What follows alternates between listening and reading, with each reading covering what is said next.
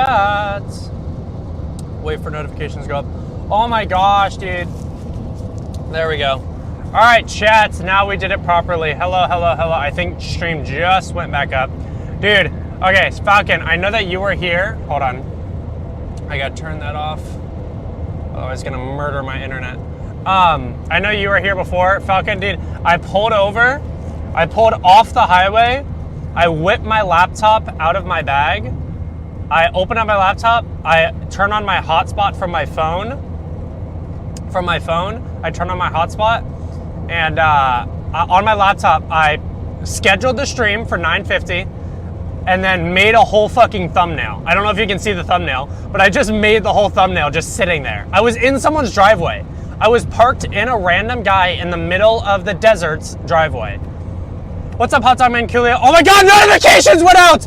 Yes! Okay, notifications went out. Thank the fuck. Hot Dog, we already streamed for like 30 minutes and notifications didn't go out. So I redid it.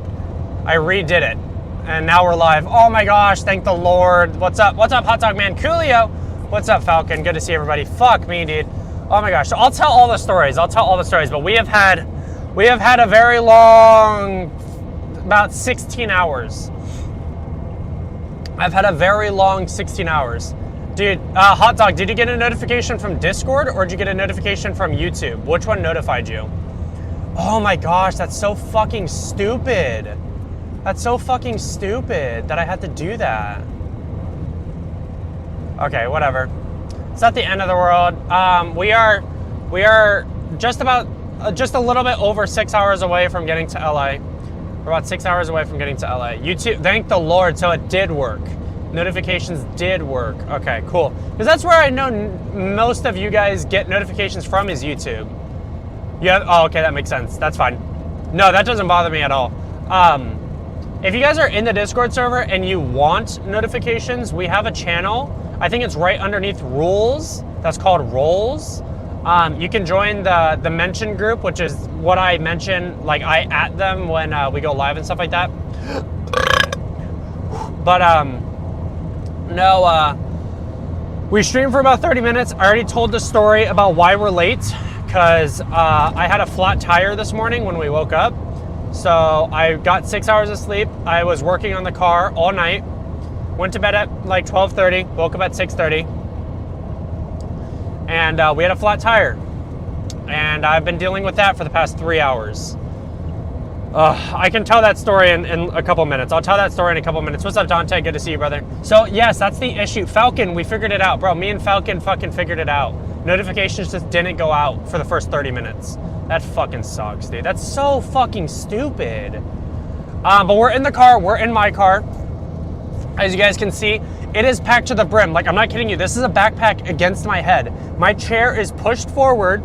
I am packed with shit behind me. That's laundry detergent and our fucking Hot Wheels because I can't afford a moving truck. So we are in the size of a Honda Civic, doing our move in the size of a Honda Civic. I might put you up here. That might be not a bad shout. Okay, chat. So, for the story about why we're late, not used to early morning streams, dude, get used to it because we're going to be doing a lot of morning streams. Tomorrow and Monday, all 3 of these days, today, tomorrow, and Monday are all morning streams, chat. All of them are morning streams. Sorry, we're going to a car show tomorrow morning, so you guys can hang out with me there. I have a different camera angle over there. If we get tired of this camera angle, I have a different camera angle over there. But we are driving to LA. Yeah, you heard the story. So I'll tell it again, Falcon. I'll tell it again for everybody. Okay, so chat, the story about what happened last night, why we're late. Oh my fuck. So, last night we ended stream and I told you guys I will see you guys in 15, 16 hours because we ended stream about midday yesterday. And I told you guys I will see you guys in the morning. I told you guys we'll be live at 6:30, 7 a.m. What ended up actually happening is we went to dinner last night after stream. I had some issues donating my clothes and stuff to Goodwill. They didn't accept some of it because like you can't donate like bedding and stuff, which I didn't know. Costco doesn't let you donate like bedding and stuff, so they're like, oh, we won't take it. So we were there, and I returned my stuff to her.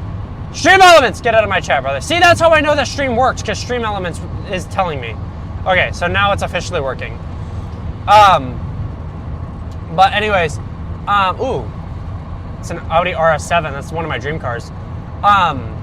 We went there, and a homeless woman came out of nowhere, and she goes, "Oh, what is this?" I was like, "Oh yeah, it's some stuff that I don't want." She's like, "Can I have it?" I was like, "You can ask the Goodwill worker," and the Goodwill worker's like, "Yeah, we can't take it anyway, so if you want to take it." "Oh yeah, I'll take it." And then I had a ton of other stuff in the bin, and she goes, "Can I take all of it?" And the Goodwill worker's like, "No, we have to sell the other stuff. Like, you can keep what we can't keep, but we have to sell the other stuff that he's giving to us." And she's like, "Oh, whatever." So I'm like, "All right, cool." So we go on, and she takes the stuff that Goodwill doesn't want, and Goodwill takes the stuff that they want. And I go to my uncle's house. I'm hanging out there. We're chilling. He's like, "All right, let's go get some dinner." So we went and got some dinner last night. We went to a noodle place called Highland Noodles. It's a brand new Japanese ramen place in Sacramento area, and they home make their own noodles in house. They have a guy that all day, all he does is make the wheat noodles. So he's there making it, and I'm like, "All right, cool. So let's eat." We're sitting there, and I'm standing there talking to my cousins and stuff, and I'm standing there, and I peep through the window because we're waiting outside. There's like a seating area outside to wait. I'm sitting there, and I'm looking inside the windows, like, "Oh yeah, just looking around," because I like just looking around. I see my fucking ex. My ex is in the restaurant, like hanging out with one of her friends in the restaurant, sitting there. The one that I most recently told you guys when we were playing Dark Pals. If you guys were there for the Dark Pals stream, we walked away for like 30 minutes because she was breaking up with me on stream. I was mid-stream playing Dark Pals when we were stuck on the fucking baby sucking himself off portion. She called me. She goes, "Hey, I have something to talk about." I was like, "Okay." So I walked away from stream. "Hey, I know that I'm leading you on. I feel bad about this, but I was just using you for attention. I like the attention that I got from dating you and the people that saw us in a relationship. I realized that I actually don't like you, and I see you nothing more than maybe a friend." I'm like, "Are you fucking kidding me, bro?" Mind you, I met this girl. We hung out for a while. We went on a couple dates. She lived like 3 hours away. I drove that 4 times in the same weekend. Saturday morning, and then went home. And then the next day, Sunday morning, and then went home. I met her parents. I went to church with her, everything. Yeah, I was just using you for attention. I actually really didn't like you. I was like, "Are you fucking kidding me? Really?" And especially during Dark Pals, of all games you can fucking do this to me in. So that happened. I saw her yesterday at the restaurant. I was like, "Oh my gosh."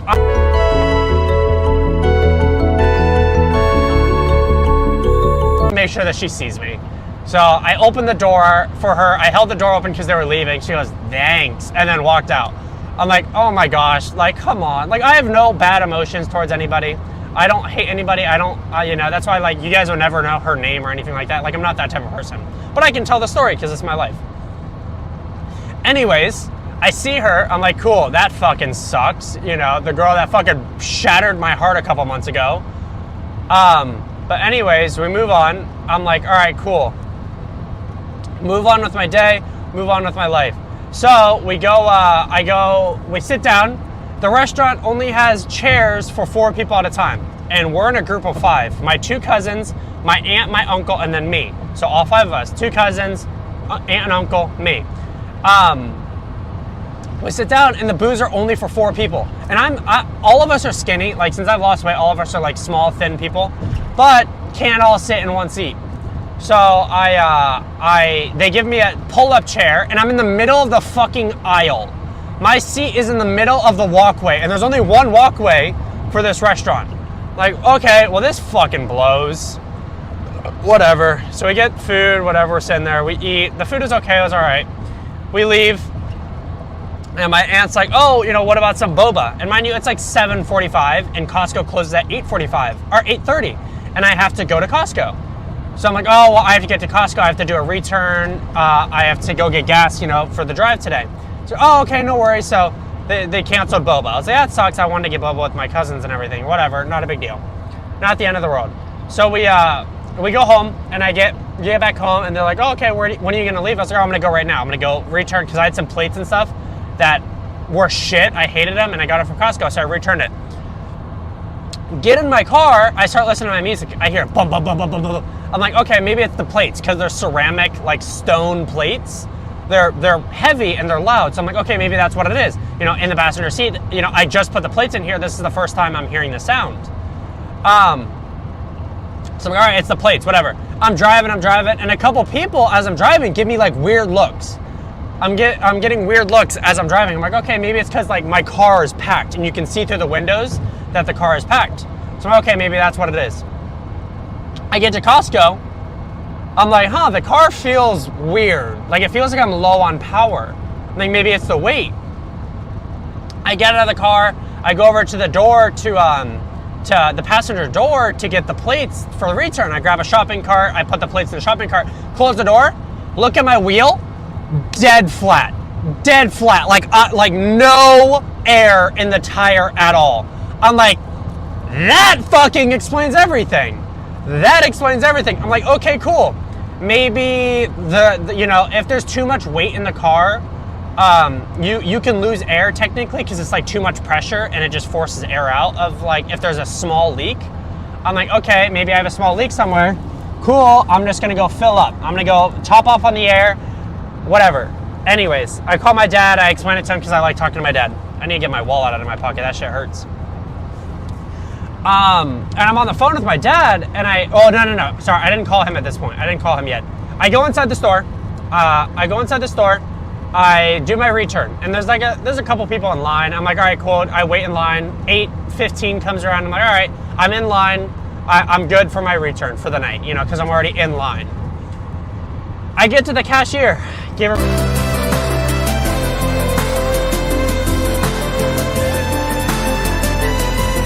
And they accidentally assigned me, my best friend Caden. My best friend Caden also works at Costco. And when you're an employee, you can have 2 people underneath you. Like, they can have a membership under you as an employee for free. So I'm like, hey, Caden, can you add me to your membership? He goes, yeah, I got you. So he adds me to his membership.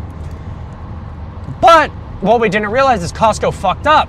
Because when I got my membership, they had started a new system, like a new back-end system, for their membership services. They fucking replaced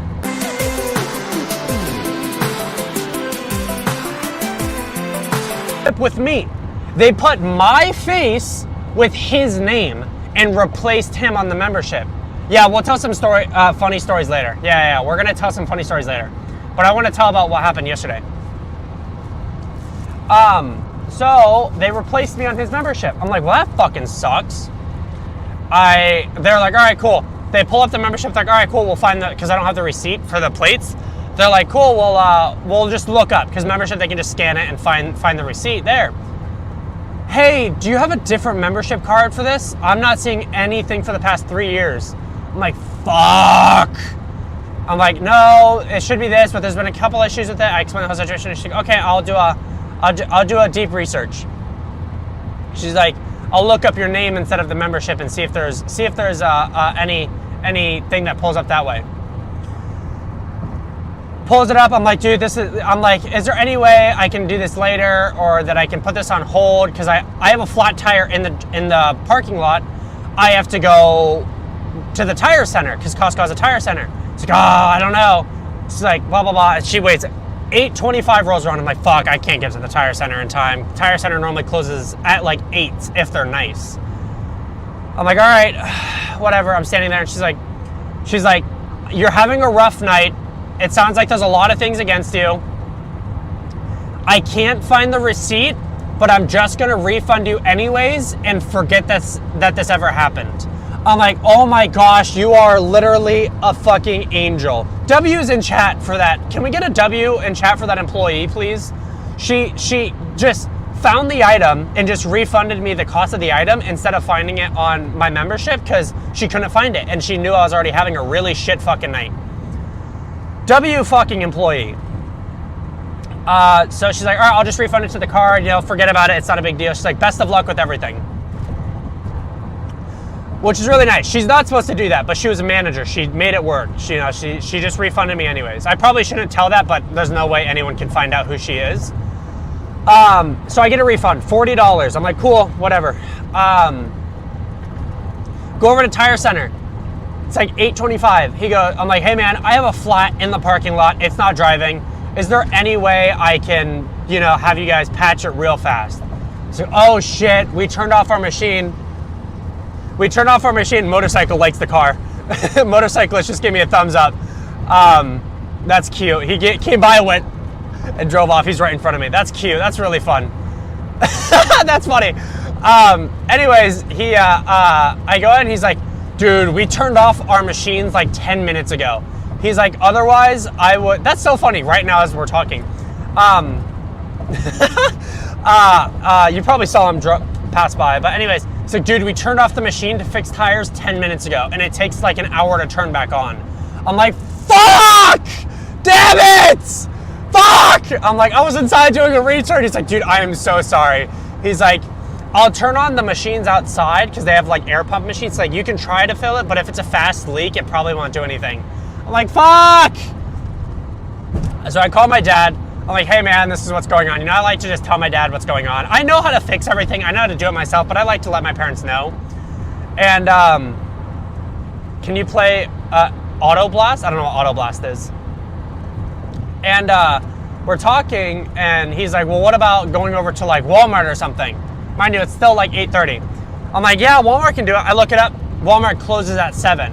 I'm like, all right, fine, I'll go in the morning. Whatever, fuck it. Don't fucking care at this point. I go back to the apartment. I paint the apartment for the night. I'm at the apartment till about 11.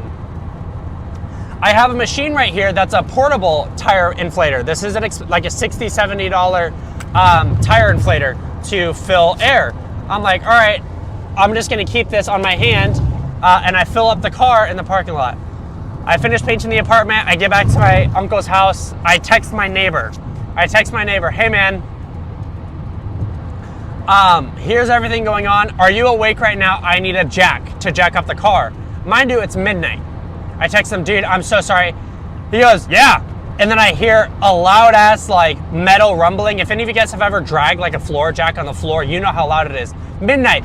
I see this guy walking down the street with this shit. Hey man, I was getting into bed as you texted me. You really lucked out. I'm like, oh my gosh, I did. So I explained the whole situation, blah, blah, blah, blah, blah, blah, blah. Anto Blast, I have no clue what that is. I explained it to him. He's like, dude, that is such a shitty night. He's like, don't worry about the tool. Just just leave it at the front door in the morning. I'll take care of it. I got to go to a car show in the morning. Don't worry about it. I'm like, dude, I don't think you understand how much you saved me. So I'm up till 12:30 last night. Also, W neighbor in chat. I jack up the car. I take the wheel off. You guys probably saw the photo on the Discord server last night, as well as on in our community posts.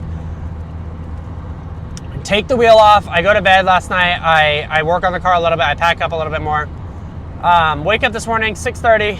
Mind you, 6 hours later. Got no sleep. Stressed the fuck out. Slept on a couch last night. Just not comfortable at all. No AC, no fan, no nothing. Just fucking passed out. Whatever. Don't care.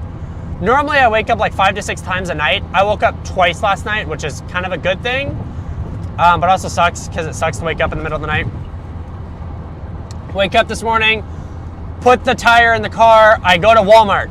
I put the tire in the shopping cart at Walmart. Go into the store, go to the tire center.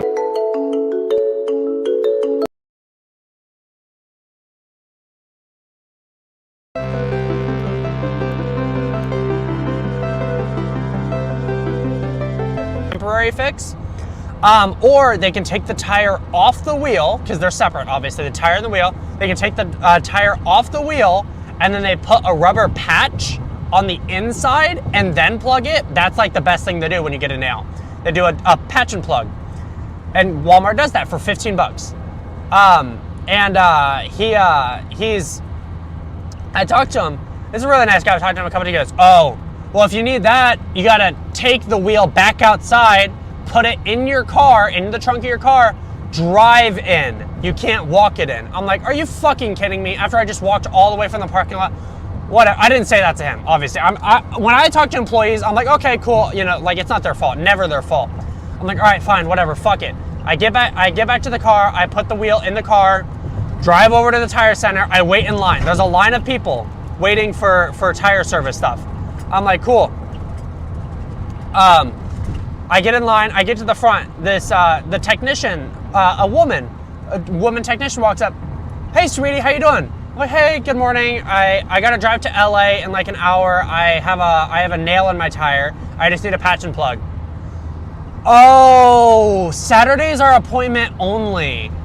I'm like, are you fucking kidding me? She's like, yeah, Saturdays are appointment only. I'm like, is there any way I can do it? She's like, I can't do a new receipt today. It only will let me pull up appointments. I'm like, fuck, when I checked last night, it didn't say anything about appointments. So I'm like, all right, it's not your fault. I'm not upset with you, whatever. I'm like, what are my other options? She's like, there's a Le Schwab. Le Schwab is a tire center. There's a Le Schwab around the corner. She's like, they'll do it for you, and they're open. They do walk-ins. I'm like, okay, cool, Le Schwab. I'm familiar with Le Schwab. So I look online. Le Schwab doesn't open until 8:30. It's 7:15 in the morning. I have to be on the road by 8:30. I'm like, fuck. So Le Schwab is off the table. Le Schwab is not an option. So I'm like, all right, what are my other options? I look up. There's a Firestone Auto that's around the corner from my uncle's house, the house that I was borrowing the van from.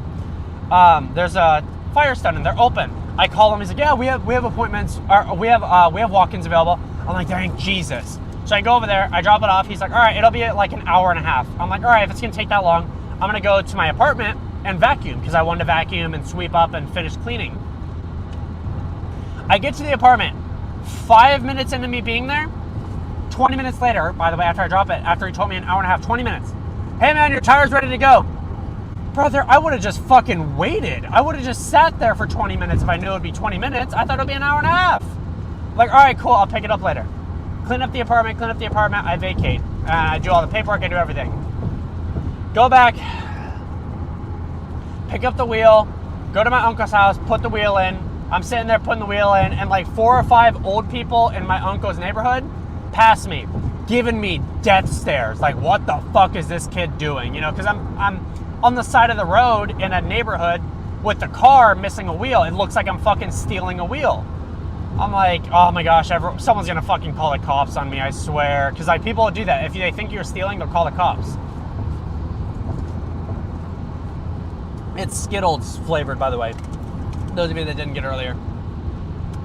I'm sitting there, I put the wheel on, and my aunt comes out. She gives me like 7 bottles of water, gives me some snacks. She's like, best of luck with your drive, you know. And I talked to my neighbor, I'm like, hey man, here's a $10 bill, you know, because I've borrowed tools from this guy a million times. There's been numerous times I've been like dead on the side of the road, and he comes and saves me. Sweetest guy ever. Goes, he's like, all I want in repayment is that you get to LA safe. That's all I want. Just let me know when you get to LA safe. That makes me happy. I don't want your money. I'm like, please, like, I'm the type of person that I want to give you money. I want to. He's like, nope, I will not accept it. I will take it rude if you give me money. He's like, all I want to know is when you get there safe. Just get there safe. All that. Oh no! There's a modified car that I just passed that has a flat tire. Oh, that fucking sucks. It's like dead flat. I can't help him. That fucking sucks, bro. Oh my gosh, that sucks. It's a really nice BMW that we just passed. Anyways, and that's the story. That's the story about why we're late today. We went live. I didn't schedule the stream, so no notification went out. Me and Falcon, I sat here for 20 minutes. I sat here for 20 minutes by myself. Falcon hopped in and realized that notifications didn't go out, so I pulled off the highway. I parked in a random guy's driveway in the middle of the desert, pulled out my laptop, which is not even in the bag right now. It's just right here. A hotspot in my laptop, scheduled the stream, ended the stream, scheduled the stream, made a thumbnail, went live, and now we're here. Chat, I don't think you guys understand the amount of shit that I go through for you guys. I like it's not just like, oh yeah, go live, play video games. Like, there's a lot of shit that I do for you guys. I have 2 different camera angles that's here. I have specific chargers set up so that the phone doesn't die. You guys can obviously see my microphone right here now because it was inside the shirt and it was pissing me off. I have had a rough 24 hours, chat. But we're on the road. We're about 5 hours and 50 minutes until we get to LA. We're just over an hour in, so 1/6 of the drive. We're going to be live at about 6:30, 7 a.m. tomorrow to do the car show stream. That's going to be a lot of fun. I'm really looking forward to the car show stream. That's going to be fun. Chat. We're going to have fun cars and coffee in Irvine, which is going to have some fancy ass cars. Be there or be square. Yeah, what a terrible 16 hours. I completely agree, bro. Holy fuck. But I'm safe, and I know I'm not a religious channel, we know that, but Jesus protects me. Jesus protects everything. God is good. God is great. I'm grateful that I'm able to figure it out, and that I was able to figure it out, and that I'm not dead on the side of the road. Praise the Lord. God is amazing. But anyways, where is Uncle Falcon? I don't know where Uncle Falcon is. But anyways, chat, that is story number 1. Story number 1. What stories can we tell? I want to tell an embarrassing story. What's an embarrassing? I have a couple stories I want to tell, but I want to think of an embarrassing story. Something I probably shouldn't tell.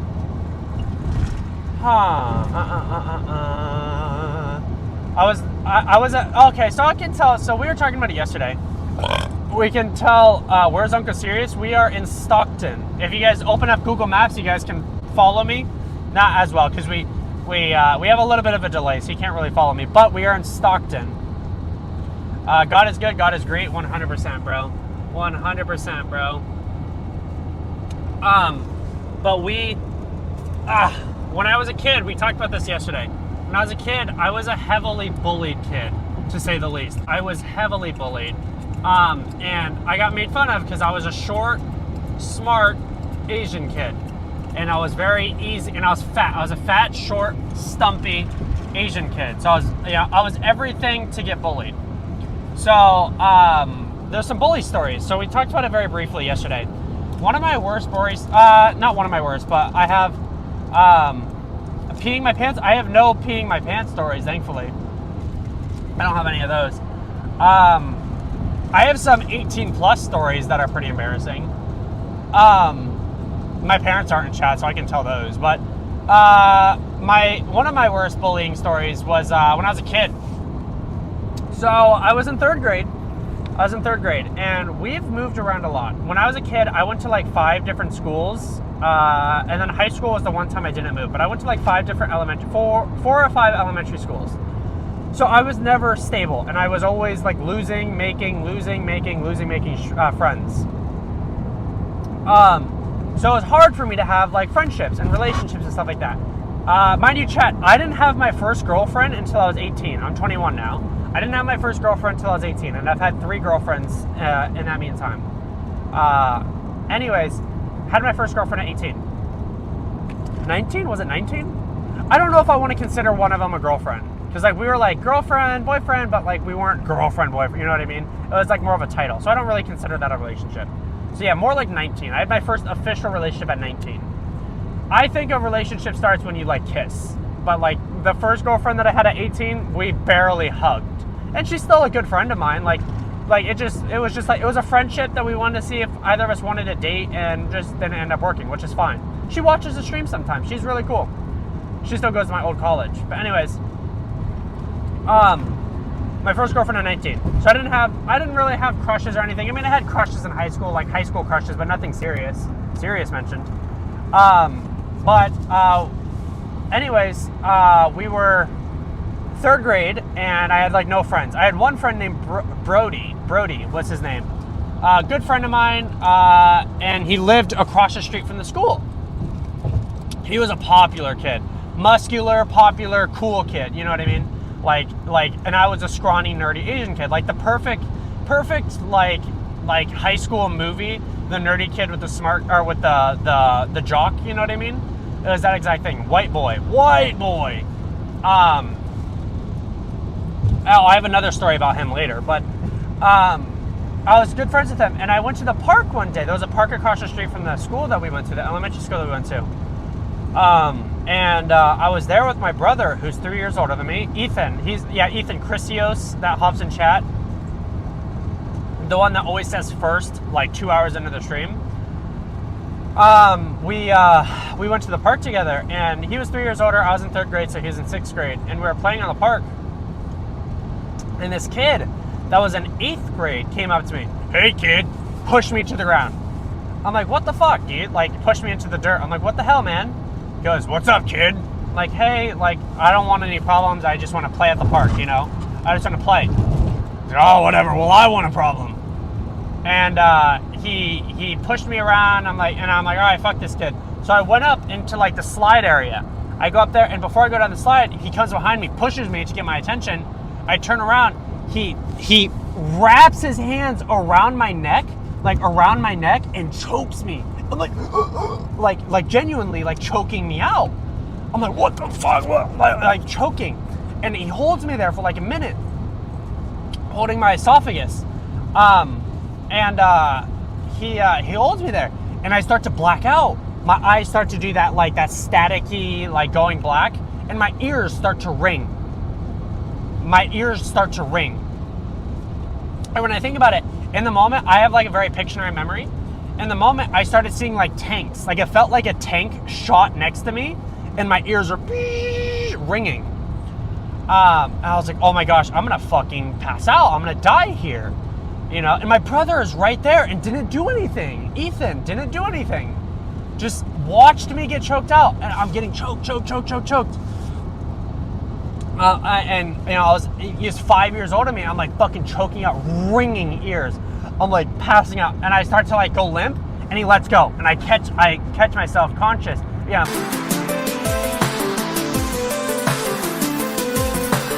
Just coughed right there, but I have asthma.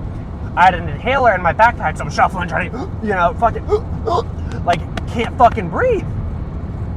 I get my inhaler out, you know, fucking gasping for air. I'm like, what the fuck? And, like, I ignored the bully, because, like, if I say something to the bully, obviously he's gonna do it again, or he's gonna be worse, he's gonna fucking sucker punch me. Didn't say anything. I look at Ethan and go, what the fuck? What the fuck? What the fuck? You just let that happen? Ethan goes, and walked away! Walked away! My brother, fucking asshole, walked away. I'm like, really? So I'm like, okay, well that's clearly a problem in and of its own. I gain consciousness, I walk away. Dude would have had would have lost his eyes, yeah, if I was able to. I was a scrawny, nerdy, shy Asian kid, you know, fat, short, you know, introverted as fuck. Like these days, you touch me, you're done for. Younger Ethan. Ethan's good now. Ethan takes care of me now. Ethan is the one that donates money. Like he made up for it now. But back then, bro, I have stories with him that we'll tell. Cop stories, by the way, police stories involving me and Ethan, by the way. So some juicy ass stories. Let me get some water in me. Hold on. I'm thirsty. Water break, everybody. Water break.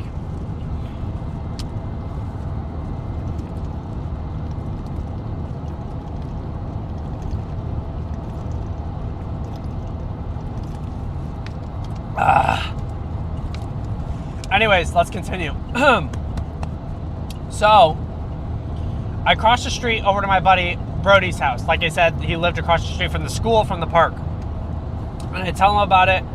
And oh yeah, scary stories. We have some scary stories. I have stories with real ghosts that I have proof, and both of my parents also were there, and all of my siblings were there. Every single one of us were there. 8 people saw it, so they're true. Anyways, I cross over to my buddy Brody's house, and I go to his house, I tell him the story, and I tell his mom the story, and she's like, oh my gosh, you should tell somebody about that. I'm like, all right, cool. I'm gonna go to school in the morning and tell the principal. So I eat there. We always had pizza rolls. She would make pizza rolls. So we go there, eat some pizza rolls. I go to school the next morning, and the principal's like, okay, well, I'm gonna bring the bully in. He put me and the bully in the same office to talk to him and explain the story. That is probably the most fucking stupid, brain dead thing you can do. Yeah, let's take the victim and the bully and put them together and tell the story together. Are you fucking kidding me? Are you fucking kidding me? Oh yeah, I do have a couple of GG's stories. GG's horror stories. I do have a couple of those. Like NDEs, near-death experiences. I do have those. Actually, one of them in this exact car. With the exact tire that just had an issue. Anyways, yeah, put us in the same room, and the kid ended up getting suspended for a week, and they told him not to interact with me anymore. What ended up happening, this story is almost over. What ended up happening is I used to ride my bike to school every day. Every day I would lock my bike in a corner. He would park his bike in front of mine and double lock it so that my bike couldn't be taken out. Like, he'd lock his bike to mine so that I couldn't take my bike. And then I'd have to wait because the older grades got into school later and left later. I had to wait an hour to get my bike out. And then when I reported that, he stopped doing that because they would watch my bike.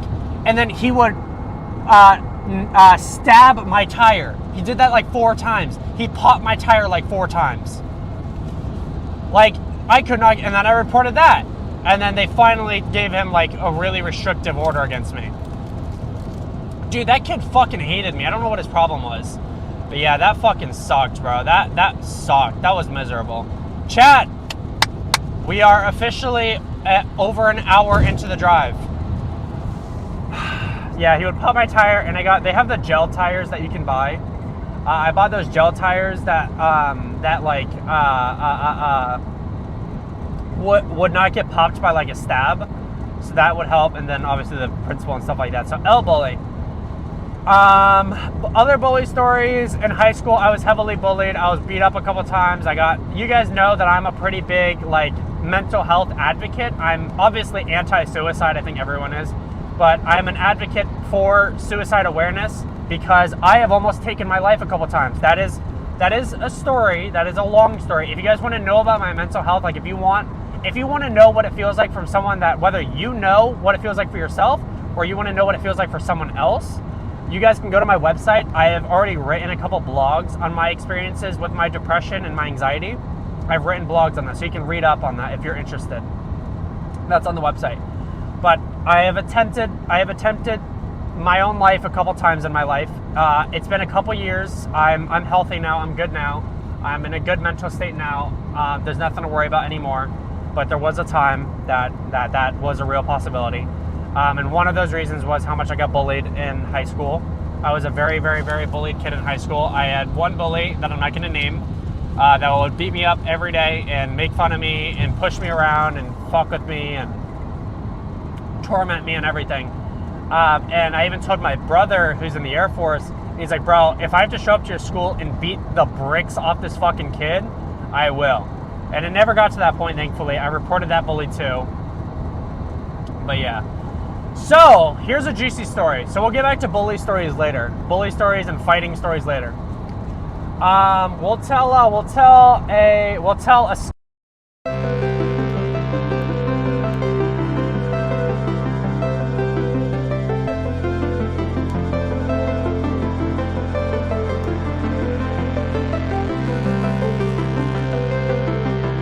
we lost service. L connection. I think we're back. All right, we're back. You didn't miss anything. I saw that. I get a notification when connection goes down. So the scary story. So I believe in Jesus. I believe in Bible. I believe in everything. But I also believe in the devil. I believe in the devil. I believe in angels. I believe in demons. Kid, we lived in Prescott, Arizona, which is northern Arizona. It's about an hour and a half, 2 hours away from Phoenix, north of Phoenix. We lived there, And that's a pretty big like retirement city. There's a lot of people out there that go there to retire. You know, there's not a lot of young.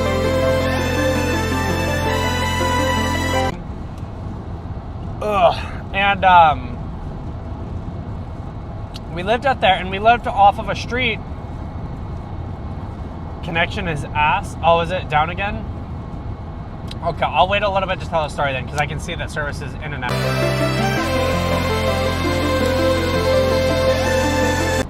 I won't tell the story without good service.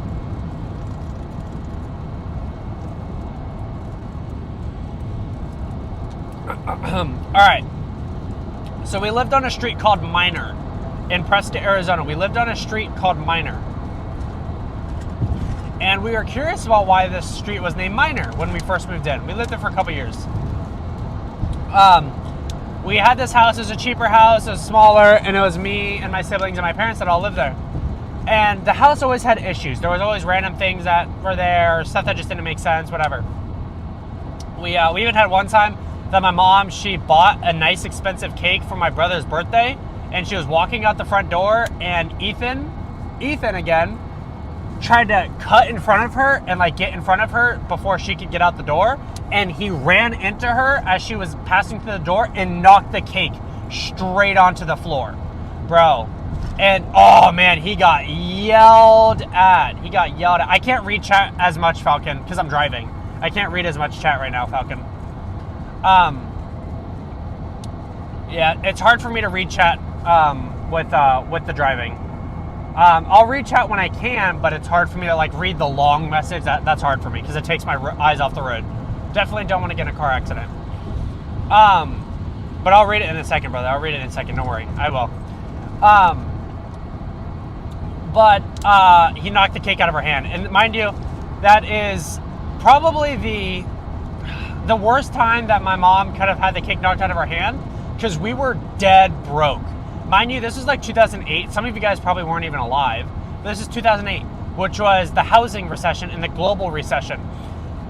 Everyone was super broke at this time. It was like there was a global recession, or a national recession, very big financial problems. It was a really bad time to like be spending money. Everyone was dead broke, in debt, issues everywhere. And we were part of that. And we had the house at the time was put as collateral. And I won't tell that story. That has nothing to do with me. But that happened. And that house had a lot of issues. And what are the issues, you may mention? When we were sleeping a lot of the time, we would very frequently have things happen in the house that just were unexplainable. Things that just didn't make sense. Things that would happen and were like just kids being kids. You know what I mean? Guy was literally on my ass. Anyways, things that would happen and we're like, oh, it's just the kids doing it, whatever. Doors left open, doors slamming, whatever. One night, I had a race car bed, but my parents bought me a race car bed, and my sister would she would lay in bed with me to because I was like 4, and my sister would lay in bed with me to help me go to sleep. And I'd go to sleep, wake up at midnight, and go sneak into my mom's bed. I would sleep in my parents' bed every night, and my dad would be like, "Go back to your bed," because I was way too old. At 4, you should be sleeping in your own bed. He's like, "Go back to your bed," and my mom would be like, "No, you sleep in the bed. It's fine, whatever."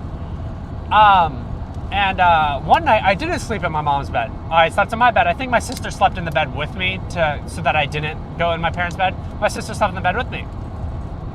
Mind you, my sister, I think, is 11 years older than me. She always treated us like her own kids. Growing up, my sister always treated me and my brothers like her own kids, which is really good because she has her own kids now. She took really good care of us. Sometimes she took really good care of us. Other times she would fucking put us in the corner for 2 hours staring at the corner and don't turn around, don't say anything, don't do anything, just stand there.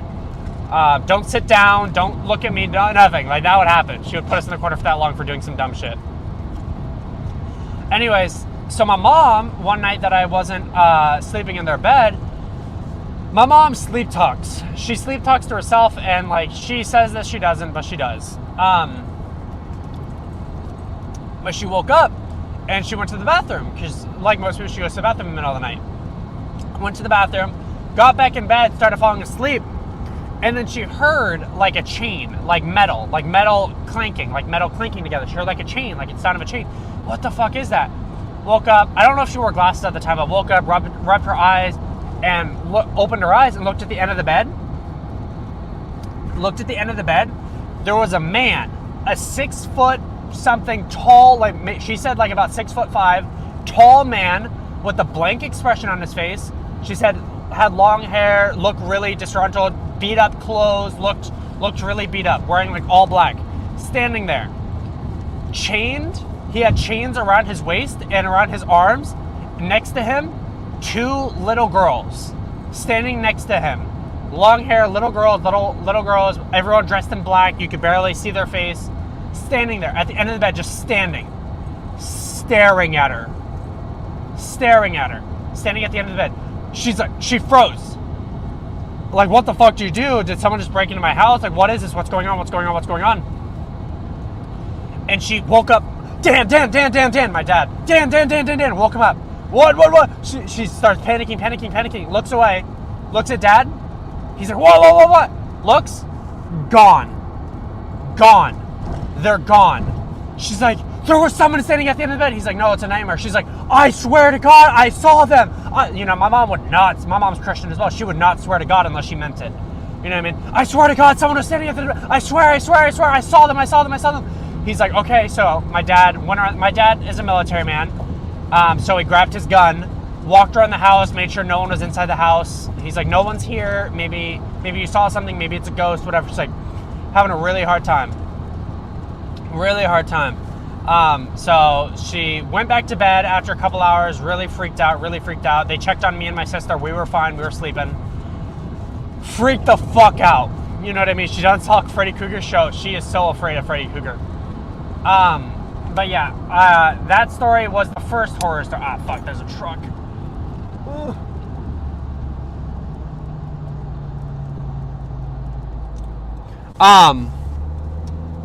So that was the first horror story. I'm gonna read your message now before it gets lost forever. I have one bully story. This kid named Jason, he told me that I was slow because I had less energy, and when I was in second grade, because he made fun of you for being short. Yeah, that's pretty much what it was for me, is I got made fun of for being fat, Asian, because there was barely any Asians, and short. I was like 4'9". I was like 4'11" until junior year of high school. I was short. Bullying, fuck bullies, bro. L bullies. At no point, I don't think bullying is ever going to go anywhere, but unfortunately, I wish it would. I am anti-bullying, obviously.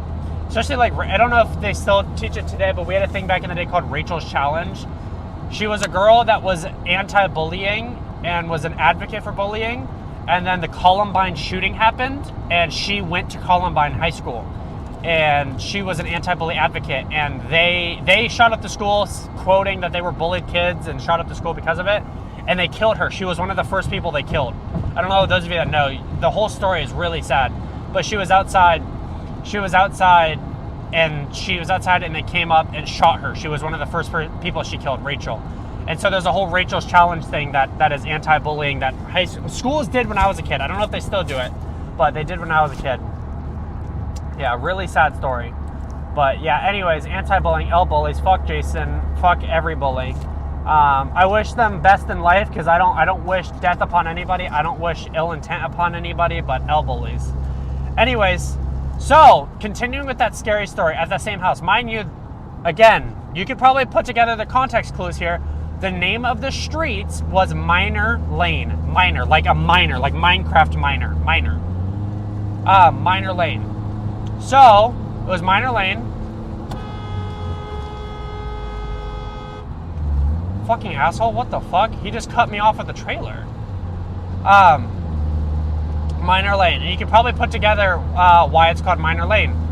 So, the next story that we had was we would wake up in the morning, and there would be times that like doors would be open that no one said they opened, or things would be unlocked, or like cabinets would be left open, or the fridge would be left open, or whatever. Like, all right, whatever. It's not a big deal. You know, maybe it's just the kids. So they would tell us, stop leaving stuff open. Stop leaving stuff open. So like, we're not. Like, we tell my parents, we're not leaving anything open. Like, that's not us. You know, and they'd be like, okay, you're just a kid that doesn't want to take accountability for anything. which makes sense. You know what I mean? So, my parents would do that. One day we woke up, everybody woke up, went out to the kitchen. In the kitchen, all of the plates, all of the bowls, and all of the cups were upside down on the counters, stacked in pyramids. Like the plates were stacked like a pyramid. The bowls were stacked like a pyramid. The cups were stacked like a pyramid. Everything was stacked like a pyramid. And my parents like, who did this? Which one of you kids is doing this? And everyone was like, I didn't do it. Like, why the fuck would I do that? That's like a waste of energy, just a waste of time. Why would I do that? And my parents like, okay, well, what the fuck? So we're like, okay, maybe this house is haunted. Maybe this is a haunted house. So a couple days go by, my parents call an exorcist, or not an exorcist, but one of the people that like talks to ghosts, quote unquote, like one of the people that talks to ghosts. And they hired a girl to come out. And so we went there, we went to the house, or they went there, sorry, they went to the house, and my parents, it was me, my parents, and Ethan. All my other siblings were at work or wherever. They have a different mom, so I think they were probably at their mom's house or something like that, but it was me, Ethan, and my parents. And the spiritual person, brought us all into the living room, and said, there's no one in any other rooms, right? We're like, no one's in any other rooms, everyone's right here. She's like, okay, well, I'm gonna talk to the spirits. So we're sitting there, we sit in a circle, she says like a couple of things. I said, don't spirits, don't come after us, we just want to communicate, we want to see your presence, blah, blah, blah, blah, blah, blah, blah, blah, blah. We just want to see you, that's all. We're just curious. We don't want any harm, we're not gonna do anything to you, we're not, blah, blah, blah. And we're sitting there, and she goes through the whole rigmarole. And we're sitting there, and she goes, any spirits or ghosts in this house or in this domicile, please make yourself known so we may know your presence is here and you are heard and respected. All of a sudden, doors slam open, slam shut, open, shut, open, shut. There's bags in the living room, like suitcases and like bags of like grocery stuff, shaking, moving, shaking, doors, slam, slam, slam. We're like, what the fuck? What the fuck? What the fuck? So we're sitting there, and she's like, thank you for making yourself known. You are respected. You are safe. You can now stop, and we will move on. Or no. Before she said that, she's like, what do you want? And like, I forget what it was, but like, they pretty much were telling us they want us out. They want us out. So we moved out a couple months later after some hardship. We moved out, and we did some research on the street. Apparently, our house and the couple houses next to us, and like there was an apartment complex right there, were built on top of a fucking graveyard of miners. Not kids, like miners, like mine shaft people. It was an old graveyard of people that died that their job was to be a miner. And the house was built on top of their graveyard. Which explains seeing the dirty man that looked like he was covered in coal, chained up. Now, the girls don't make sense. Maybe it was his daughters, we're guessing. But yeah, it was built on a graveyard. And we're like, well, we don't want to live there anymore. So I pass by that. Whenever I go up there to Prescott to go see my grandparents who still live out there. Miner with an E, not an O, an E. M-I-N-E-R. So I got a text from my uncle. We move out and move on with our life, and yeah, that was that. But that house also, my siblings went to school while we were there. I was too young. I was too young to go to school at the time. I knew, like we said, I was like 4 or 5 years old, and we went to school there. My brother, there was a couple times that my brother was always late, and he's always late to everything he does. There was a couple of times that my brother would leave, like be running out the door because we would take a bus to school, and the bus would like pull up down the street, not like in our neighborhood, but down the street, and he would run down the street while still getting dressed, putting on his belt. He'd run out the house, and mind you, my brother's a bigger guy, run out the house with a shirt off, belly flopping around, running down the street, putting on his shirt. There was times that he'd be getting on the bus while still putting his shirt on, bro. There was one day that he didn't have any clean clothes, so he found like the next pair of pants that he could find. He put on my sister's pants. He wore my sister's pants, which had like gemstones on the ass. Like if you guys have ever seen those where like women's pants.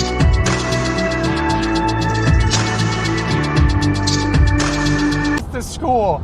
And he got to school, he goes, fuck, this is Leandra's pants. Like, dude, some funny ass shit, bro.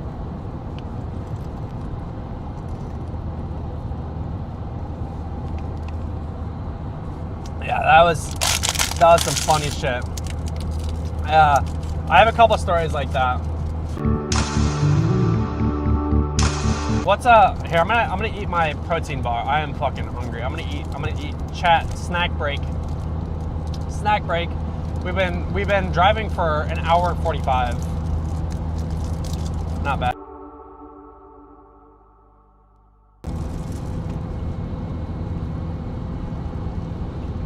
What's today, man? Does it say Carson? I think I meant Carson.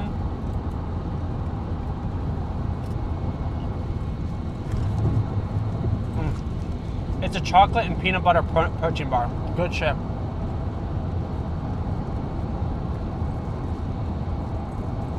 But yeah, that was our haunted house.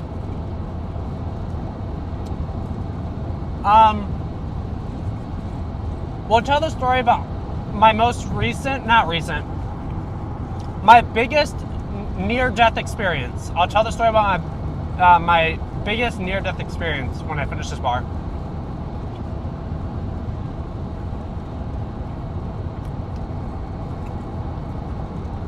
What's up, Pops? I just told the stories of when I got choked out at the park. I explained the full story of last night's fiasco with seeing my ex, with the flat tire, with Costco, with all that. I explained that story. And then I also told the haunted house stories from the Minor house. From the house on Minor. I told all of those stories so far. If you want to relive the stories, you can go back. But those are all the stories I just told. We're on the road right now. We are currently passing through, I think this is Carson is the name of the city. No, Patterson. We're passing through the city of Patterson. Scary stories. I have a Woody doll that I thought was fucking haunted as a kid. It would talk through itself on its own, even when the string wasn't pulled. Oh, that's terrifying. Do you have Twitch chat on? I do. It should be on. It should be on, Andrew. Is it not showing? Or is it not? Are people not chatting there, maybe? Yeah, Twitch chat should be on. I think Twitch chat's on. What's up, Andrew, by the way? How you doing, brother? About the pans and cups. Yep, I told about the pyramids. I talked about mom. What's up, William? I talked about mom seeing the man and the two girls chained up together at the end of the bed. You're a little bit late. You're like 3 stories late. It's okay. You can always watch the VOD. Chat. The VODs are all public. Oh yeah, good protein bar. But yeah, I've been chatting, gifted subs. Did you really? I didn't see any of that, Andrew. What the fuck? Thanks, bro. I don't know. It must not be working. Sometimes Twitch has issues with chat.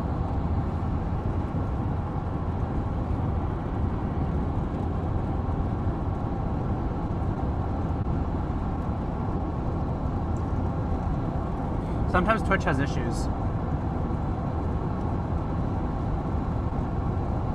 I don't know. I don't know why it's not showing. That's weird.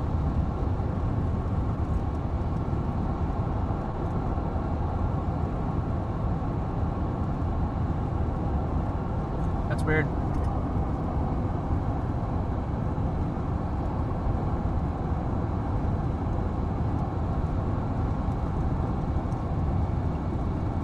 W brother though. I didn't see it. No. Weird. How's the traffic? Nothing. It's completely empty roads.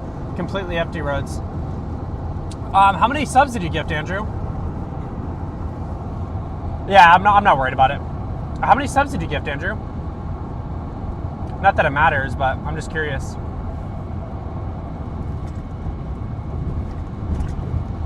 Yeah, it's completely empty traffic today. It seems like it'll be an easy ride, which makes it worth it, I guess.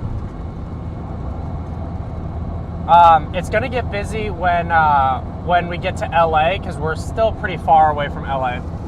10? Dude, thanks for the 10 gifted subs. Dude, W brother in chat. Can we get a W train for Andrew in chat, please? That's my brother, Mr. FUCK. CHP running radar. Yeah, it is a zero tolerance day. Today is a zero tolerance day. W in chat for Andrew, bro. Thank you so much, Andrew. That actually means the absolute world to me.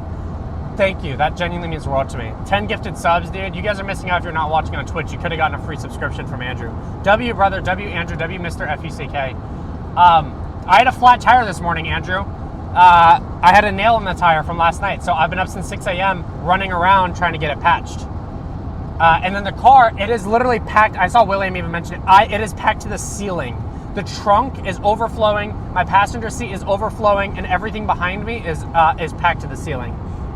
How'd you pack all that in the back of the car? I don't know. I packed my entire life into my car right now, and I'm driving perfectly fine. We rub a little bit if I hit a big bump, like I'll hear my tire hit my fender, but not the end of the world. It's not the end of the world. So I was late. No, you're good, brother. We had a little bit of issue with getting streamed because we went live for 30 minutes and it didn't tell a notification. So I pulled off the highway.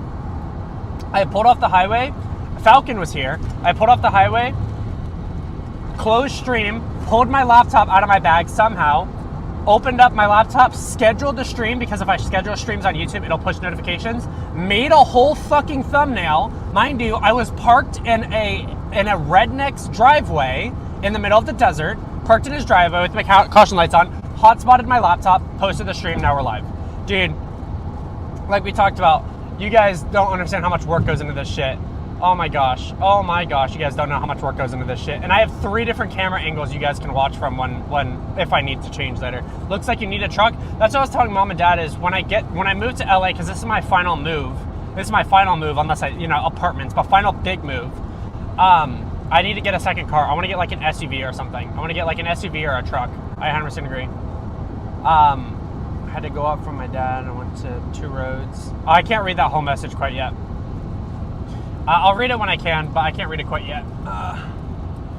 Yeah, I won't be able to. I can read fast chats, everybody. I can read when you guys have like short messages, but with me driving, I especially can't read like the long messages. It's a little bit hard for me to read the long messages. You guys can talk about it internally, though. But yeah, no. We have about 5 hours left. 5 hours left in chat. Dude, Andrew, I can't get over it. Thank you for the 10 gifted subs, dude. That actually means the world to me. It should have had a notification. Oh, you know what? It should have had a notification. I'm not doing anything. It's why I have to press this button. All right, now notifications will come through. I'm so sorry, Andrew. Here, let me finish this bar real fast before I talk. Am I staying there forever? I am staying here forever, yes. I am moving to LA for good. For good.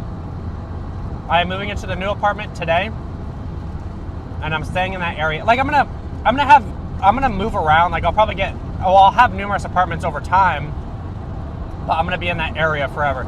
It is a very, very, very windy day today. The valley of Arizona and California are in like a big wind thing. So like if you guys ever see like wobbling like this, it's because the wind is literally blowing me around. We'll stop in a little bit to do stretch my legs. We'll stop in a little bit to stretch my legs, and I'll show you guys just how packed the car is. That is a really good protein bar.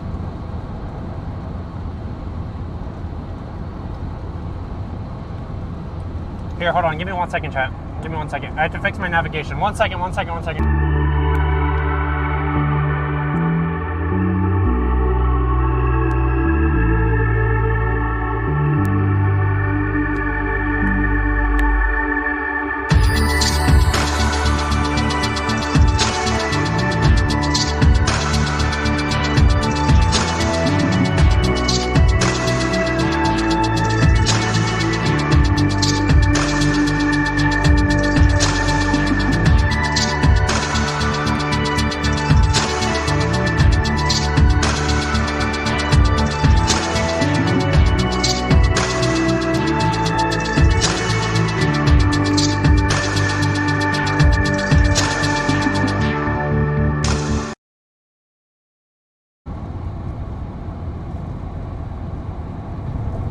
It should show up now.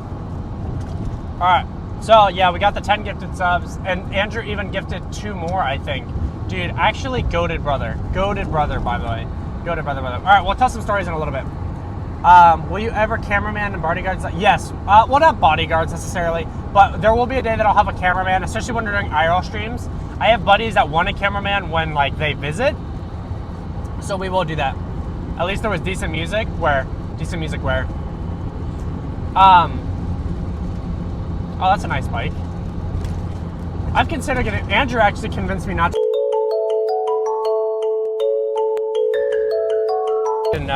I didn't know. So, all right. So, continuing on the story. So, this is my my NDE, my near-death experience that I was talking about earlier.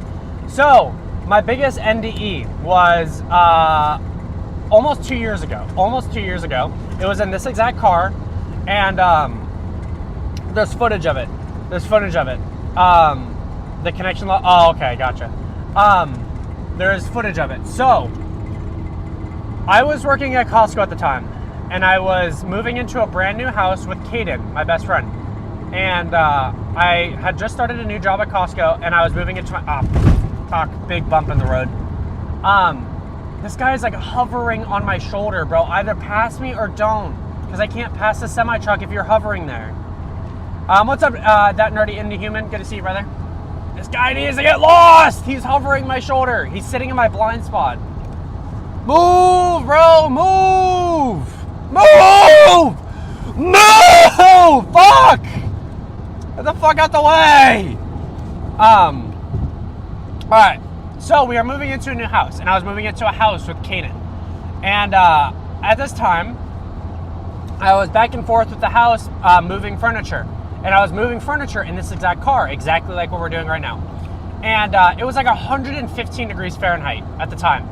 And we were driving one day, and my car was lower than it is now, and I hit the ground really hard.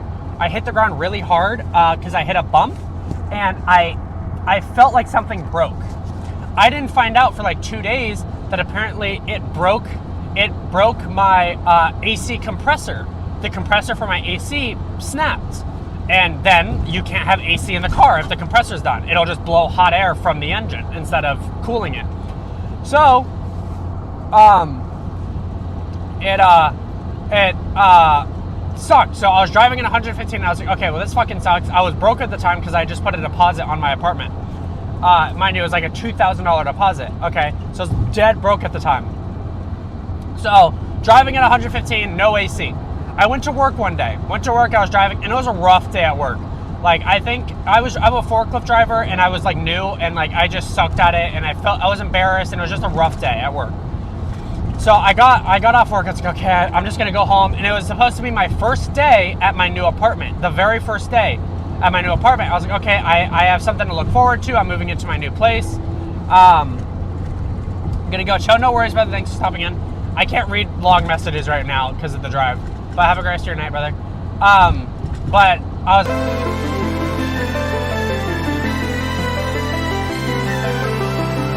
It's hot as fuck. So I'm driving with my windows down, my sunroof open, everything. And we're driving by myself, and the car's packed, just like this. I'm driving, cruising, and I'm chilling.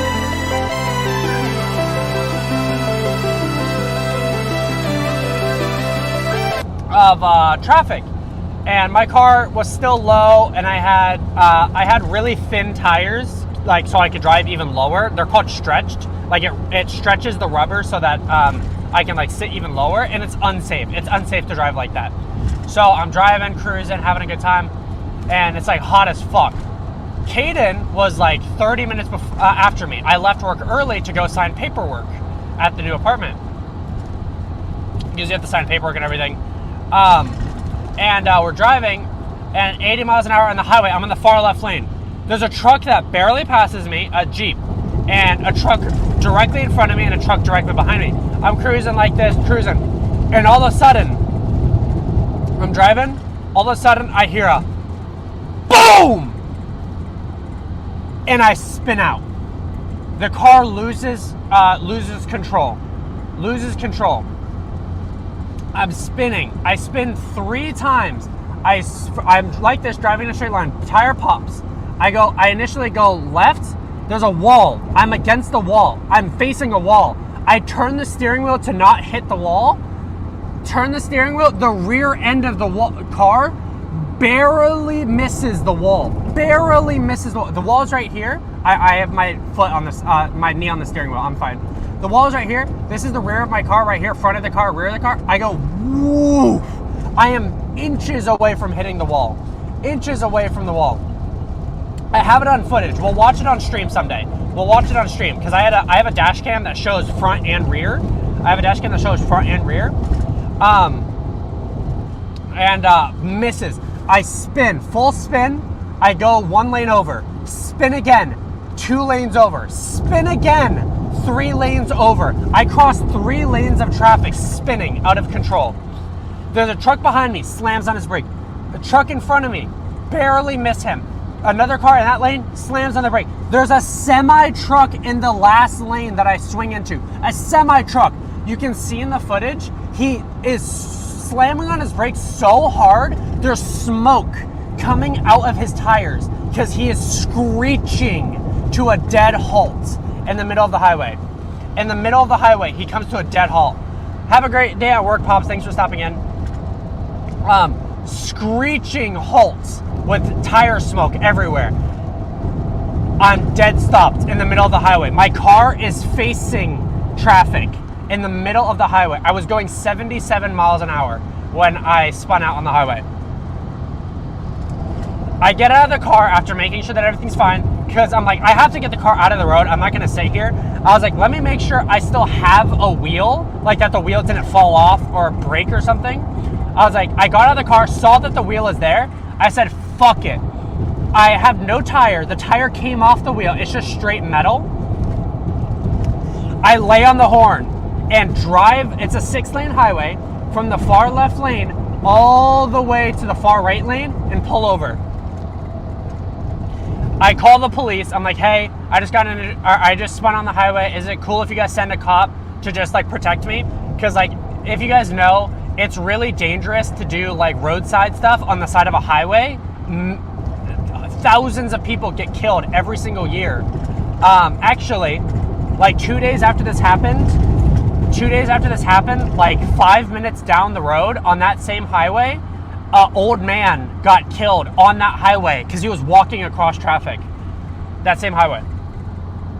Anyways, like 2 days later, yeah, there was a ladder in the middle of the street and he got out of his car to grab the ladder and a car didn't see him and killed him. What's up, Joanne Bissell? Good to see you, man. It's been a long time since you were last here, Joanne. Good to see you again. Of course I remember you. Anyways, I pull over, I call the police. I'm like, hey, I don't need anything bad. I just need someone, like a cop, to sit behind me to protect me. Because they'll put their car in an angle to prevent people from hitting you. And they're like a barricade. So I call them. I'm like, all right, cool. They're like, all right, we'll send a cop out your way. You know, they'll get there when they get there. I'm like, all right, cool. So I hang up. I call my dad. Mind you, I worked with my parents at the time. My parents worked at Costco at that time with me. I call them.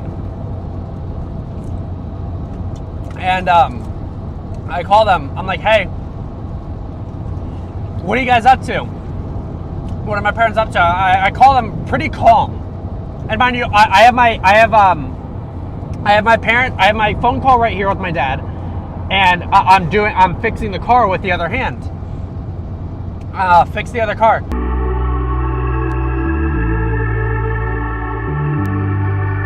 I'm sorry to hear that, Joanne. I call him. I'm like, hey, what are you guys up to?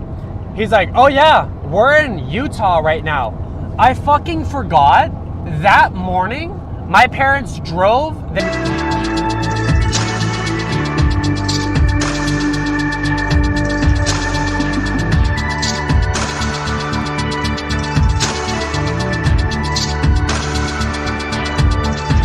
Pretty soon here.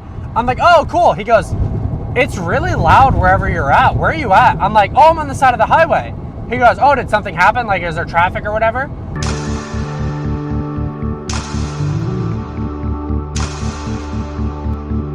I'm losing service. Hold on, I'm waiting. I can see that we're low on service.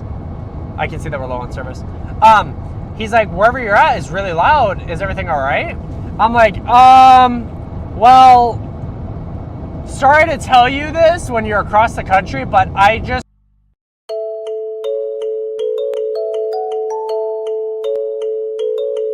lost. I'm waiting for service to get. I'm gonna continue the story in a second. I gotta pull over soon for fucking... I gotta piss. I'm waiting.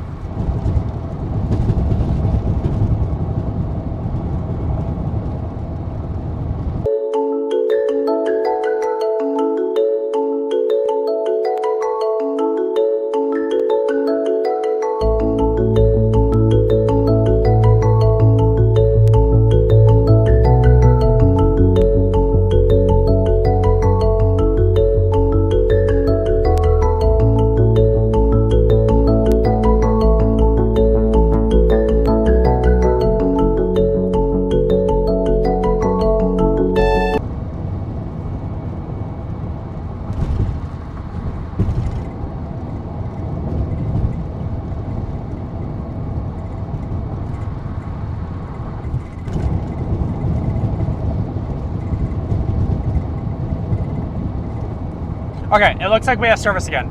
Okay, so to continue the story, I'm like, hey, I just spun out on the highway. My tire debeated, which is when the tire comes off the wheel without popping.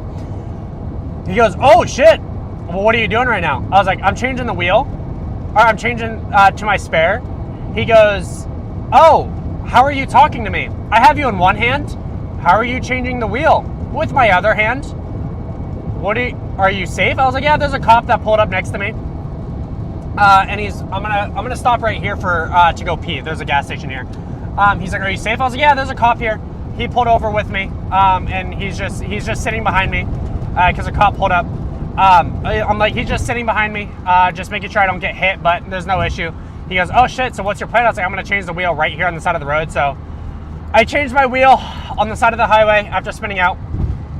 But yeah, chat, that was my worst and closest near-death experience, spinning out on the side of the highway, going 80 miles an hour. Yeah, that was no fun. Someone breaks into the car and steals the camera. No, don't even say that. No, I'm kidding. I know it's a joke. But no, you guys are coming to the gas station with me. Obviously, I'm gonna turn off the camera and turn off the audio when I use the bathroom, obviously. But no, I have to take you guys with me. I can't leave you guys out here. Oh my gosh, everyone and their mom is pulling over right here. Everyone's pulling over right here. Good Lord. How many more miles do we have? 300 miles? Okay, that's not bad. We're over 140 miles in.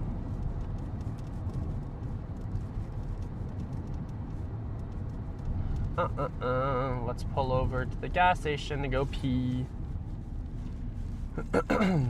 Oh, this is a stop sign? This isn't even a light? This is a stop sign? That's weird. Very peculiar.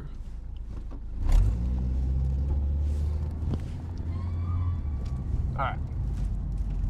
Let's pull into this gas station. Alright, chat. Let's go in.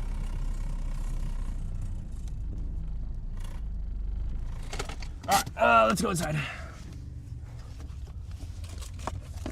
Alright, bring whatever trash I can inside. Alright, chat, let's go inside. Ugh. Oh my goodness.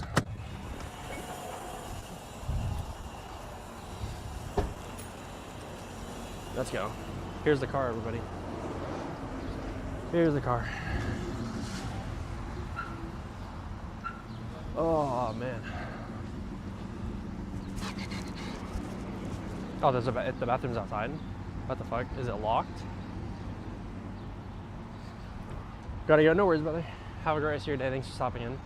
I think the bathroom might be locked, maybe. Ooh. Maybe it's locked. Ooh. Oh, here you go. Thank you, boss.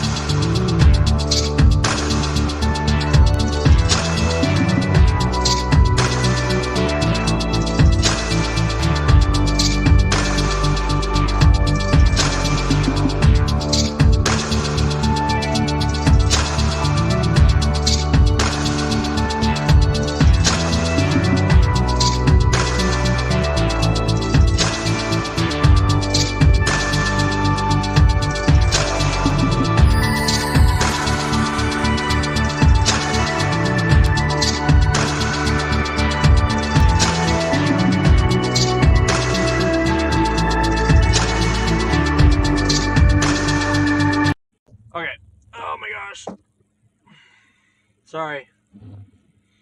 I'm dealing with freaking apartment stuff. All right, chat. Let me fix chat real fast before we hit the road real fast. I don't know why Twitch is being weird, because yesterday we had multi-chat going.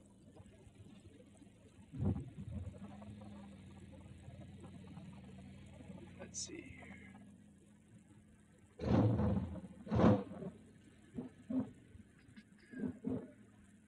Let me see here. Let me try something.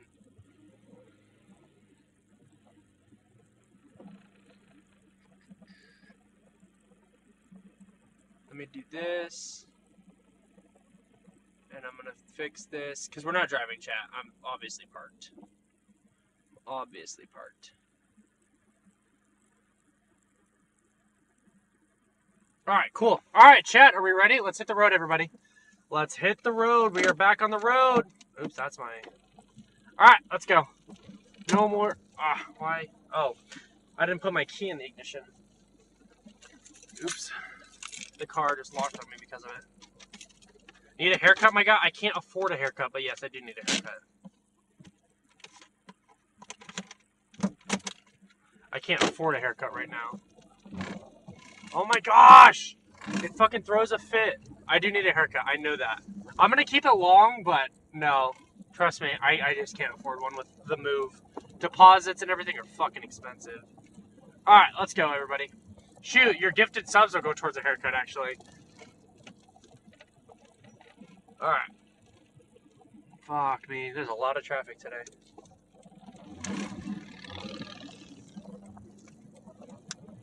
Alright. On the road again.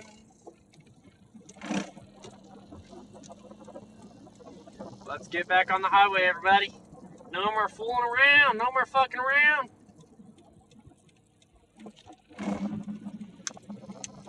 Alright, this car is fucking heavy right now with all this shit in it, dude. I can feel the weight. How much is it? I'll pay for it. Don't pay for my haircut. Don't pay for my haircut. I have money. I'm just very frugal with my money. I'm just very careful. I have money. I just decide not to use it. It's just me being a penny pincher. I got Twitch chat to work, and I have alerts working now. Alerts should be working, I think. Should be is the hope. All right, back on the road, everybody. Back on the road, everybody. No more fucking around. Get up to speed. There's been no AI bots on Twitch. Good. Ah! All right, we're good to go.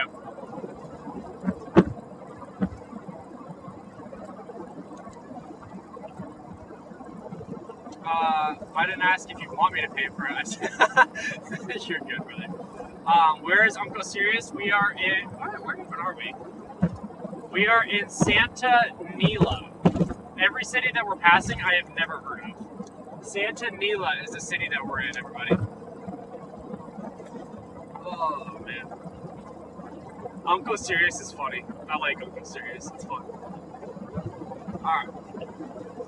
Yeah, we just passed under 5 hours, so we have about 4 hours and 50 minutes until we get to LA, everybody. We are not far at all. We are making our rounds. We're making it. Chat, we're making it. I don't know what that was about. The guy just pulled up to the truck next to him. He pulled up to the truck next to him, stared at him in the face, and then sped off. What the hell was that about? I haven't a clue.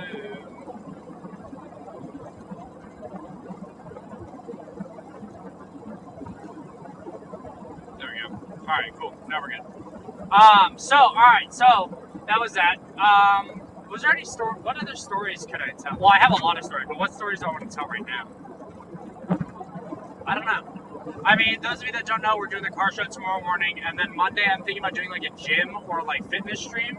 So trying some new things, but for the next 2 days, including today, obviously today, and then the next 2 days, we are doing morning IRL streams. We're not doing death streams. Death streams will return later in the week. They'll return later, but not yet. Not yet. It'll be a while, or not a while, but it'll be later in the week. I need to go get a desk because I don't have a desk. I have no furniture. There's no furniture in here, obviously. How would I fit furniture in here? We have everything, and then I wanted to stream tonight, like setting up the apartment, but I don't think I'm going to be able to. I think once I get to the apartment, I'm going to be pretty done for the day. I think I'm going to be pretty tired. I'm going to be exhausted. I think I'm just going to want to sleep, get some dinner and sleep. I think that's what I'm going to want to do. We are not too far. Getting stabbed in the head by this box. We are not too far away from Monterey Bay. Those of you that are familiar with California, we're not too far with Monterey Bay. Probably like an hour and a half away. We just recently passed the way to get to the bay. We are pretty close to Fresno. And those of you that know Fresno, we're pretty close to Fresno. Oh my goodness. Alright. Story time.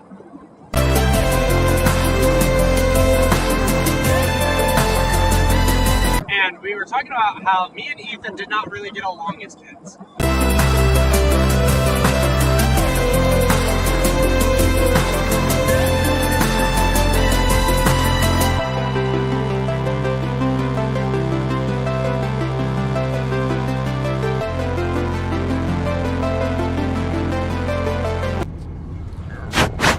Okay, this is on. All right, it probably sounds better now.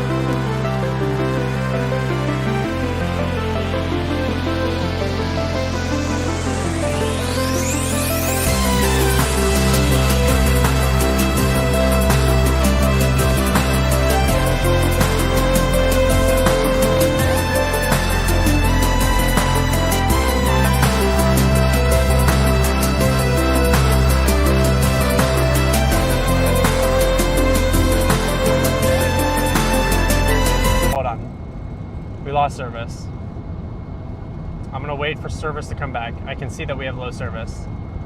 Come on, come on, come on. All right, cool. So, it's in and out. So, Andrew and Daniel, there was one time that Andrew and Daniel really bullied the shit out of me growing up. They're much older than me, I think.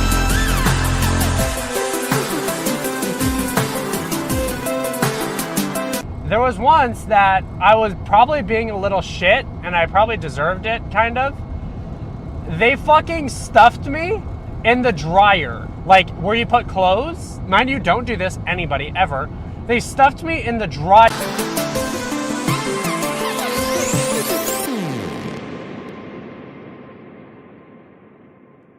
That shit on me, bro. They didn't turn it on, obviously. They're not stupid. They're not.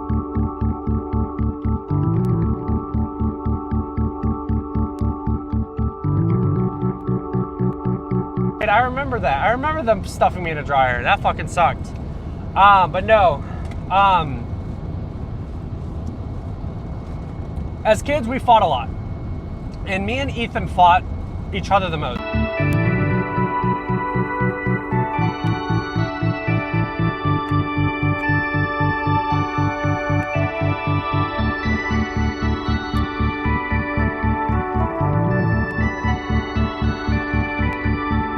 We're losing service, Sam. It's because we're in the middle of the desert. What do you expect? It's because we're losing service. That's how it works. That's how it works. When I lose service, it resorts to the be right back screen. But anyways, we're at a two-story house. We lived at a two-story house, and it was probably like 6 in the morning, and we had school at like 7:30. And we used to wake up to like pack our lunches and stuff like that. And then we would watch some cartoons and stuff in the morning, which is pretty normal at the time. You know, there was phones, but no one was ever like on or some shit. You know what I mean? And we were watching cartoons, and Ethan always wanted to watch Cartoon Network. Was it Cartoon Network? Whatever station played Pokemon, he would watch Pokemon on the television. And I hated Pokemon. I hated Pokemon because Ethan liked it. That's what it was, is if Ethan liked something, I hated it because he liked it. And it was vice versa. It was the exact same way for him too. And do I have any more water bottles? Am I out of water bottles? No, I brought numerous. Where's my, oh, it's right here. So I hated anything that he liked. So I wanted to watch Disney Channel. I love Disney Channel, so we would watch Disney Channel. And I was like, hey, let's watch Disney Channel. But it was like always that battle of like, oh no, I'm older than you. I deserve to get it or whatever. It was always the privilege thing, you know what I mean? So he's like, no, we're gonna watch. Oh my gosh, it is really windy outside. The car's getting blown around. We're gonna watch Pokemon. I'm like, no, we're gonna watch Disney Channel. So we got in a fight over it. We got in a fight over what television channel we would watch. And we would fucking throw shit at each other. You know, we'd have stuff. It got to a point, and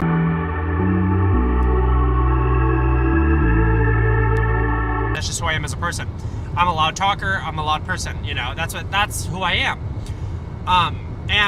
So we started screaming at each other, like screaming, like death screaming, and yelling and throwing shit, and fuck you, you know, like screaming.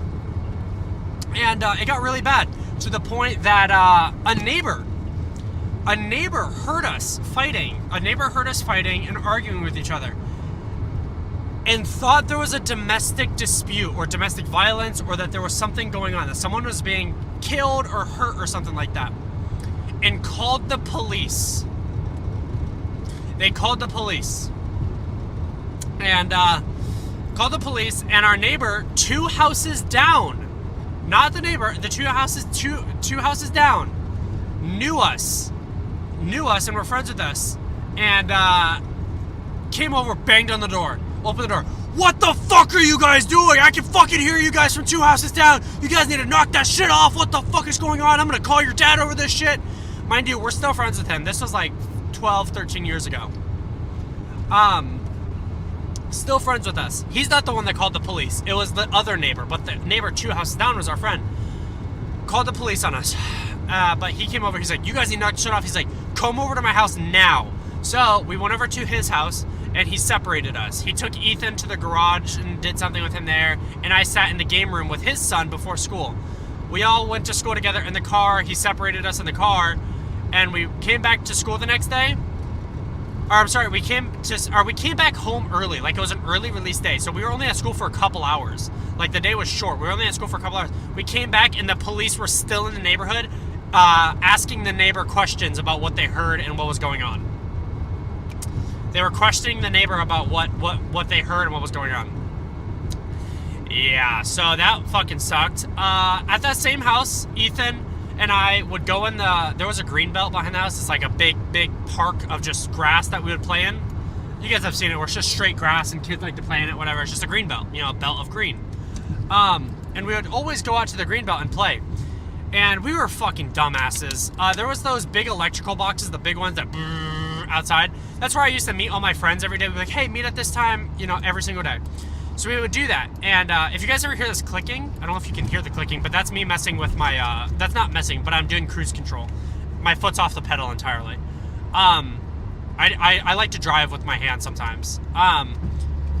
But anyways, we were playing in the greenbelt one day, and we dug a little hole, you know, because like dirt is easy enough. You can dig with your hands, you know.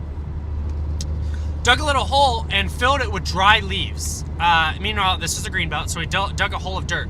Dug a hole with our hands, you know, dug a little bit of a hole down there, you know, and put dead, dry leaves in there.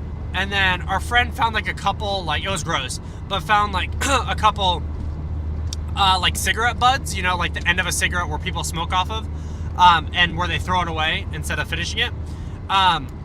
There was a couple of cigarette buds that we found and put into the pile with everything else. And someone found one of the lighters that has like the long nose, put it down there and lit it on fire. Lit it on fire. Put the lighter down there with the long nose. Lit it on fire. Started a little fire, and then the fire started to rise into the grass. And we started panicking. None of us had water or anything. Started panicking. Some of us started spitting on the fire. We started like, you know, hawk tuing on that shit, bro, to try putting it out instead of using water, because we didn't have water. I think my brother ran to like somewhere to go get water. We're just dumb kids. Meanwhile, one of us eventually just ended up stomping out the fire because it started to spread to the green belt, you know, because it's grass.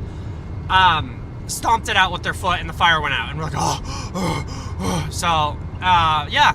And we're like, we're never doing that again. Yeah, no fucking shit, we're not doing that again. But we would regularly play out there, and we had these like little trike like bikes, you know, like I don't know if you guys ever see them, but they're low riders with the tall handlebars, and they're one wheel in the front, two wheels in the back, and they're made for like tricks and stuff. Like you can whip them. They're really fun. And my brother had like a ripstick, like the old ripstick skateboard things. He had those. So we'd always ride around there on the sidewalks, whatever. And we had a couple friends that we'd hang out with and go to their house and like hang out, play, you know, have a good time. We would hang out and be outside for hours. And there was this one time that we were playing outside, and an old lady was on a walk, and she's like, "Hey, I see you guys out here playing all the time. Do you guys go to the school right here?" You know, and my brother was like 6th grade. This is the same house that I got choked out at. This is that same house, same school. The same school, but not the same park, different park. And he's like, "Hey, man, I smell rubber." The grandma was like, "Hey guys, I see you playing out here. Are you guys thirsty? Do you guys want some ice cream? You know, I have ice cream at my house." She's like a 65, maybe 70-year-old woman. We're like, I could go for some fucking ice cream. Her house was also along the greenbelt. It was a black house. Like, I'm not fucking with you. It looked like a witch's house. The house was black and purple. Not fucking with you. Was black and purple. It was really dark, and I sat in this corner. It was like a corner house. And we're like, sure. So she brought us into the house. She brought us into her house to have popsicles every single day. We would go into this old lady's house with no permission from our parents, not telling them about it. Didn't tell them until years later. Like, I brought up the story to them like 3 years ago. They went, "That happened?" I was like, yeah. Me and Ethan would go in this grandma's house every single day to eat ice cream. And sure as shit, she was fine. Like, she was cool. But that was a daily thing.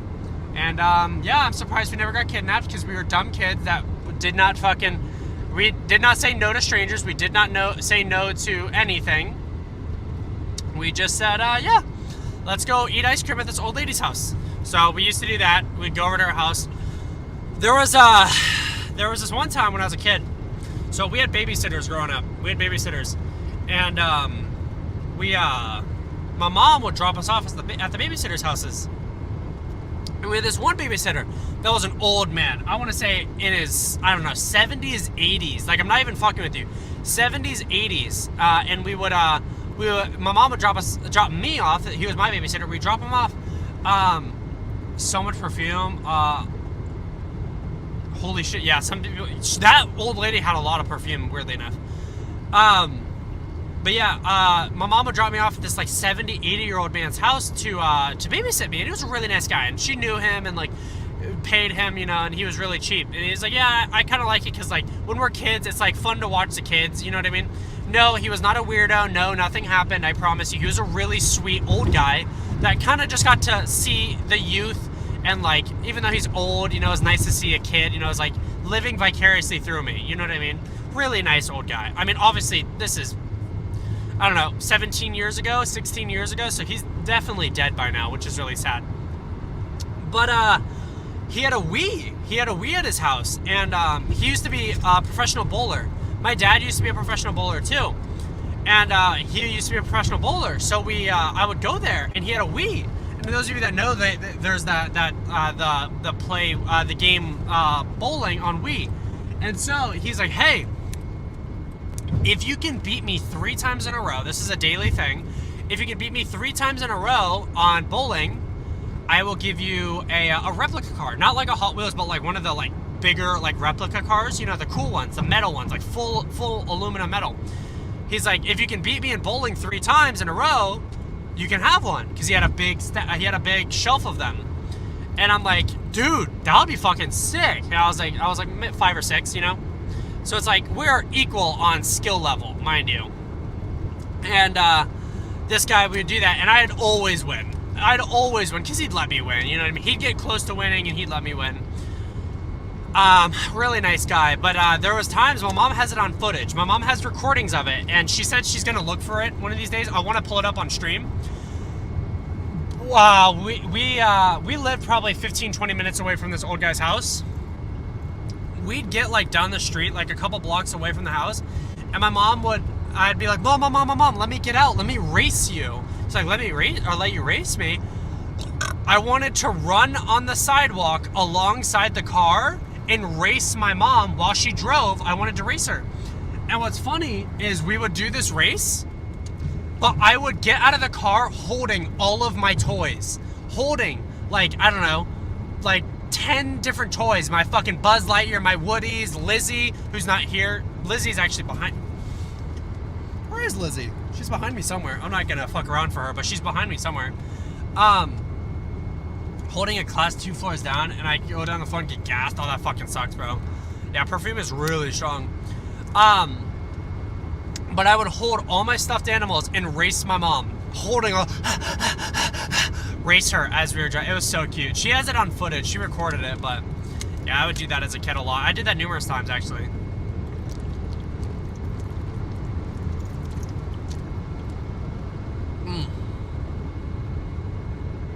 Had some good ass water, bro. Oh shit, I left Coke Zero in the fridge. Oops. I wanted a cup of that before I left. Damn it. I had a whole bottle of Coke Zero that I didn't drink, whatever.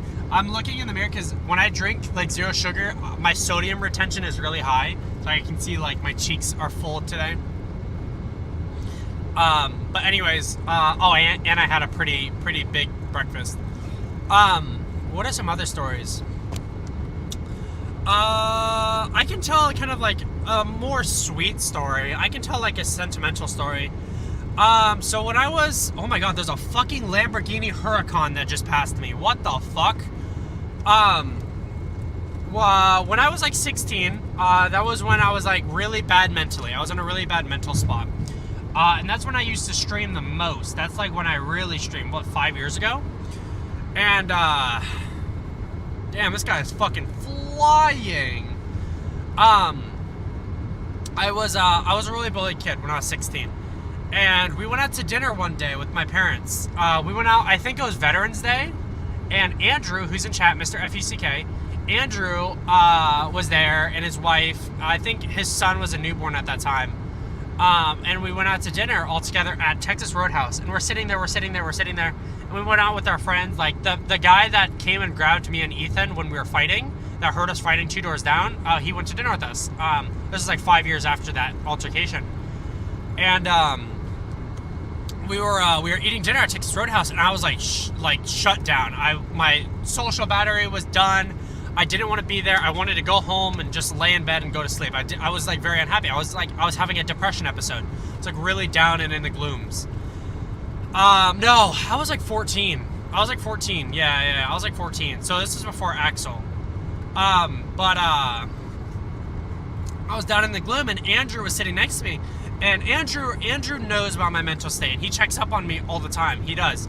And he knows about, that I still struggle. I'm 21 going on 22. I still have my issues, and I still have my times and my episodes and stuff like that. And, that's a can of worms for a stream for a different day. That's not for today.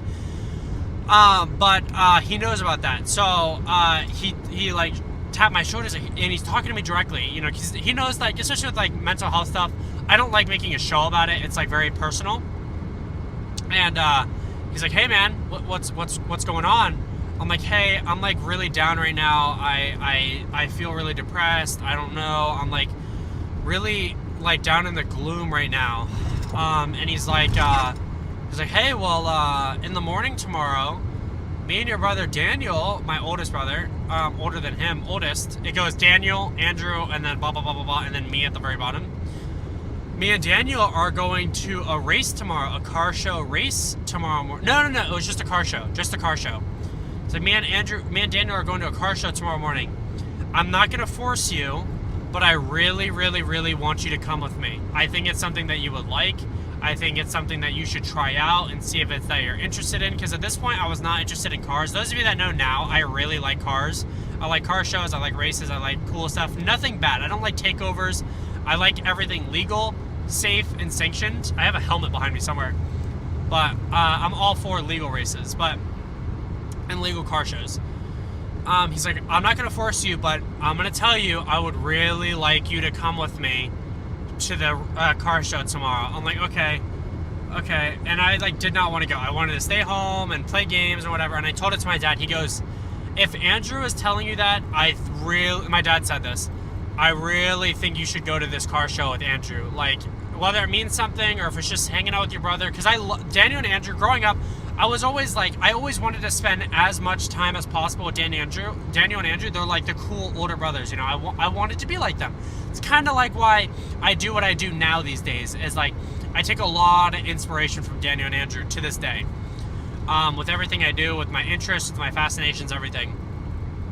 And they used to come and hang out, and I'd be like really happy. And I was really happy to be hanging out with them, but I was kind of sad because like I was in a depressive episode where I was like, I want to be happy, I want to be spending time with Andrew, I want to be enjoying this moment, but I really can't. I'm really like down in gloom right now, you know. And I told him that, and I was like, okay.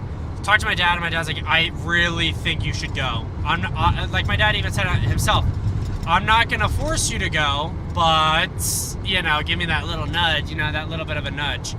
Oh, I forgot about that story. I'll tell that story. He's like, you really should go. So I ended up going.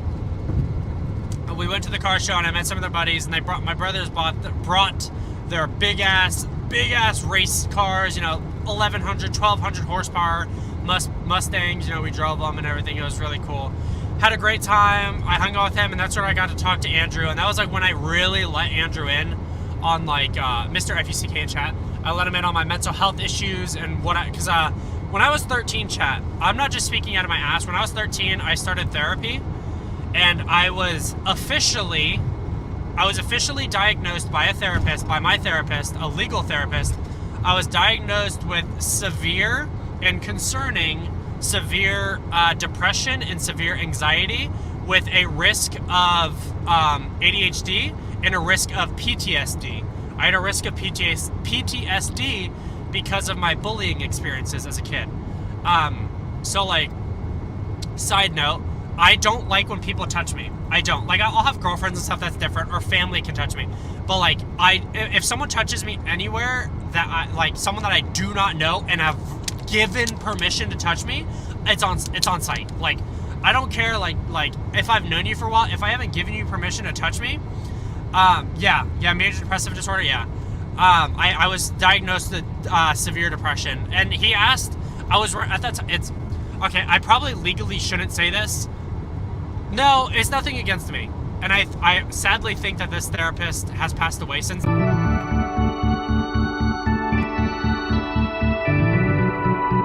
With an American flag on my shoulder, because my dad was military, so I liked those shirts as a kid.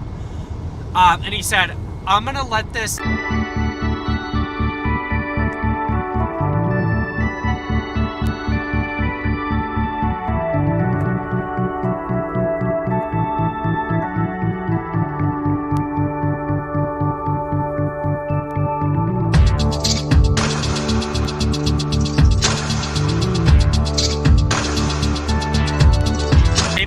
This is going to stay on paper. Who you tell is who you tell, but legally we're not going to put this on paper.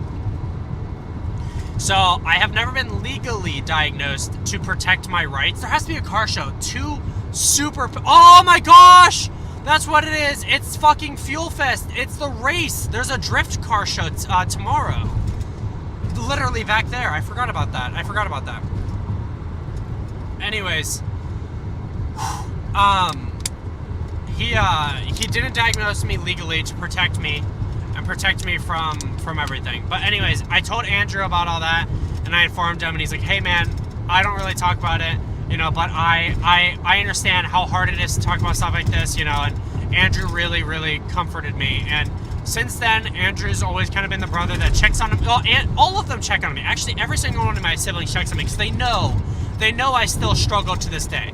And I'm also the only one that doesn't live in Arizona, and I live far away from everybody. So it's really hard for me to get help when I need help. So he checks up on me a lot, and, you know, ever since then it's been like that. So, can I do it with this hand? W Andrew. Andrew's a W brother. Is it better to do it like that, maybe? Oh my gosh, I'm like so stupid with my left hand. My left hand is so dumb. nuclear bomb behind the road that expired? No.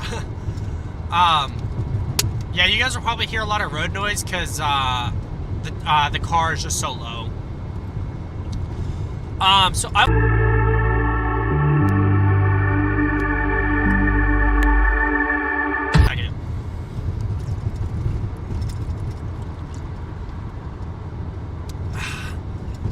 Dante, can you go to Twitch real fast and redeem with like some points?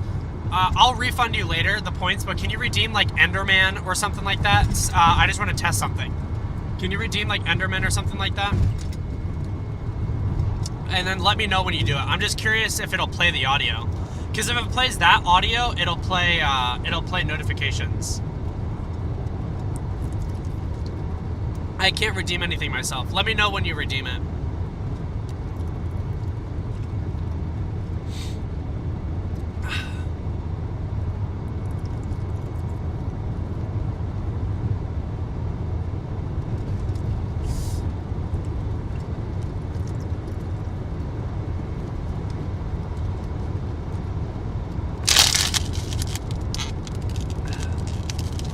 Oh my goodness gracious. Oh, weird. Weird. Yeah, I guess audio and notifications aren't working. I thought I fixed that after Disney, because when we were at Disney, I'm safe. I can touch the screen right now. When we were at Disney, I was able to fix the alert box and everything. Ugh.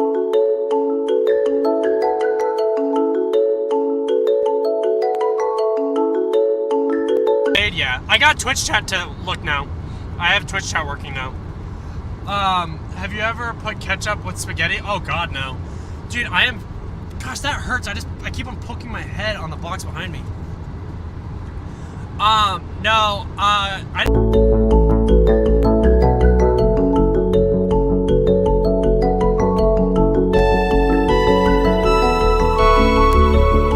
especially the seeds when I bite into it. Oh god.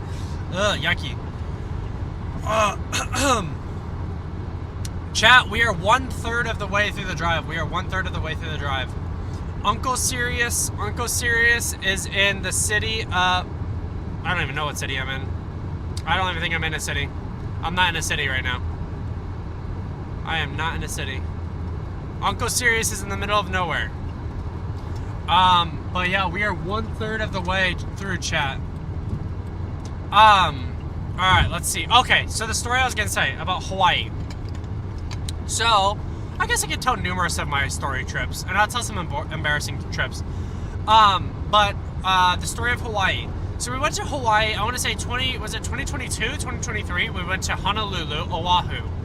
And we went around, had a good time. I'm not gonna tell the whole story, but the second to last day, I think was a Saturday. It was a Saturday. And we left on Sunday, like Sunday morning. And I'm like, what in Hawaii do people do that I haven't done yet? And I was talking to my dad. My dad, he's like, hey, have you ever wanted to try surfing? I was like, oh, dude, I've always wanted to surf. And he's like, I will pay for you to do surfing if you want. Because one, I want to see it. Two, I'm too old to do it. And three, that's a damn good story to say that you surfed for the first time in Hawaii. So I'm like, shoot, let's go try it out. So we left our hotel and we're looking on Google Maps, whatever. And we found a surf shop. We found a surf shop that was owned by a mom and a dad, like a mom and pop surf shop. We go in there. It's like a couple hotels down from our hotel. And we go in there and he's like a true surfer, dude. Like, dude, welcome in. What's up, guys? You guys want to do some surf lessons? You know, like, total surfer, bro. Really nice guy. And we're like, how much and how long for a surf lesson? And he goes, dude, it's like $90 for like a tutored surf lesson. And he's like, is it like a hand holding session, or is it like you tell me what to do and I do it by myself? He's like, no, dude, it's I tell you what to do and I can help you if you need, but it's mostly on you. And we're like, perfect, that's exactly what we want. I don't want someone to like pick me up and put me on a fucking surfboard, you know? I was like 14, I think at that time. 2023, what year was it? Was it 2022? I was 17. Anyways, we go through the whole rigmarole. I go surf. We rent a board from him. It's like $100 out the door. Go out and we go surfing, and it's like a group of 5 or 6 people. It's more expensive for a private lesson, but in a group, it's cheaper. So it's like $100 out the door. And we do the surf lesson.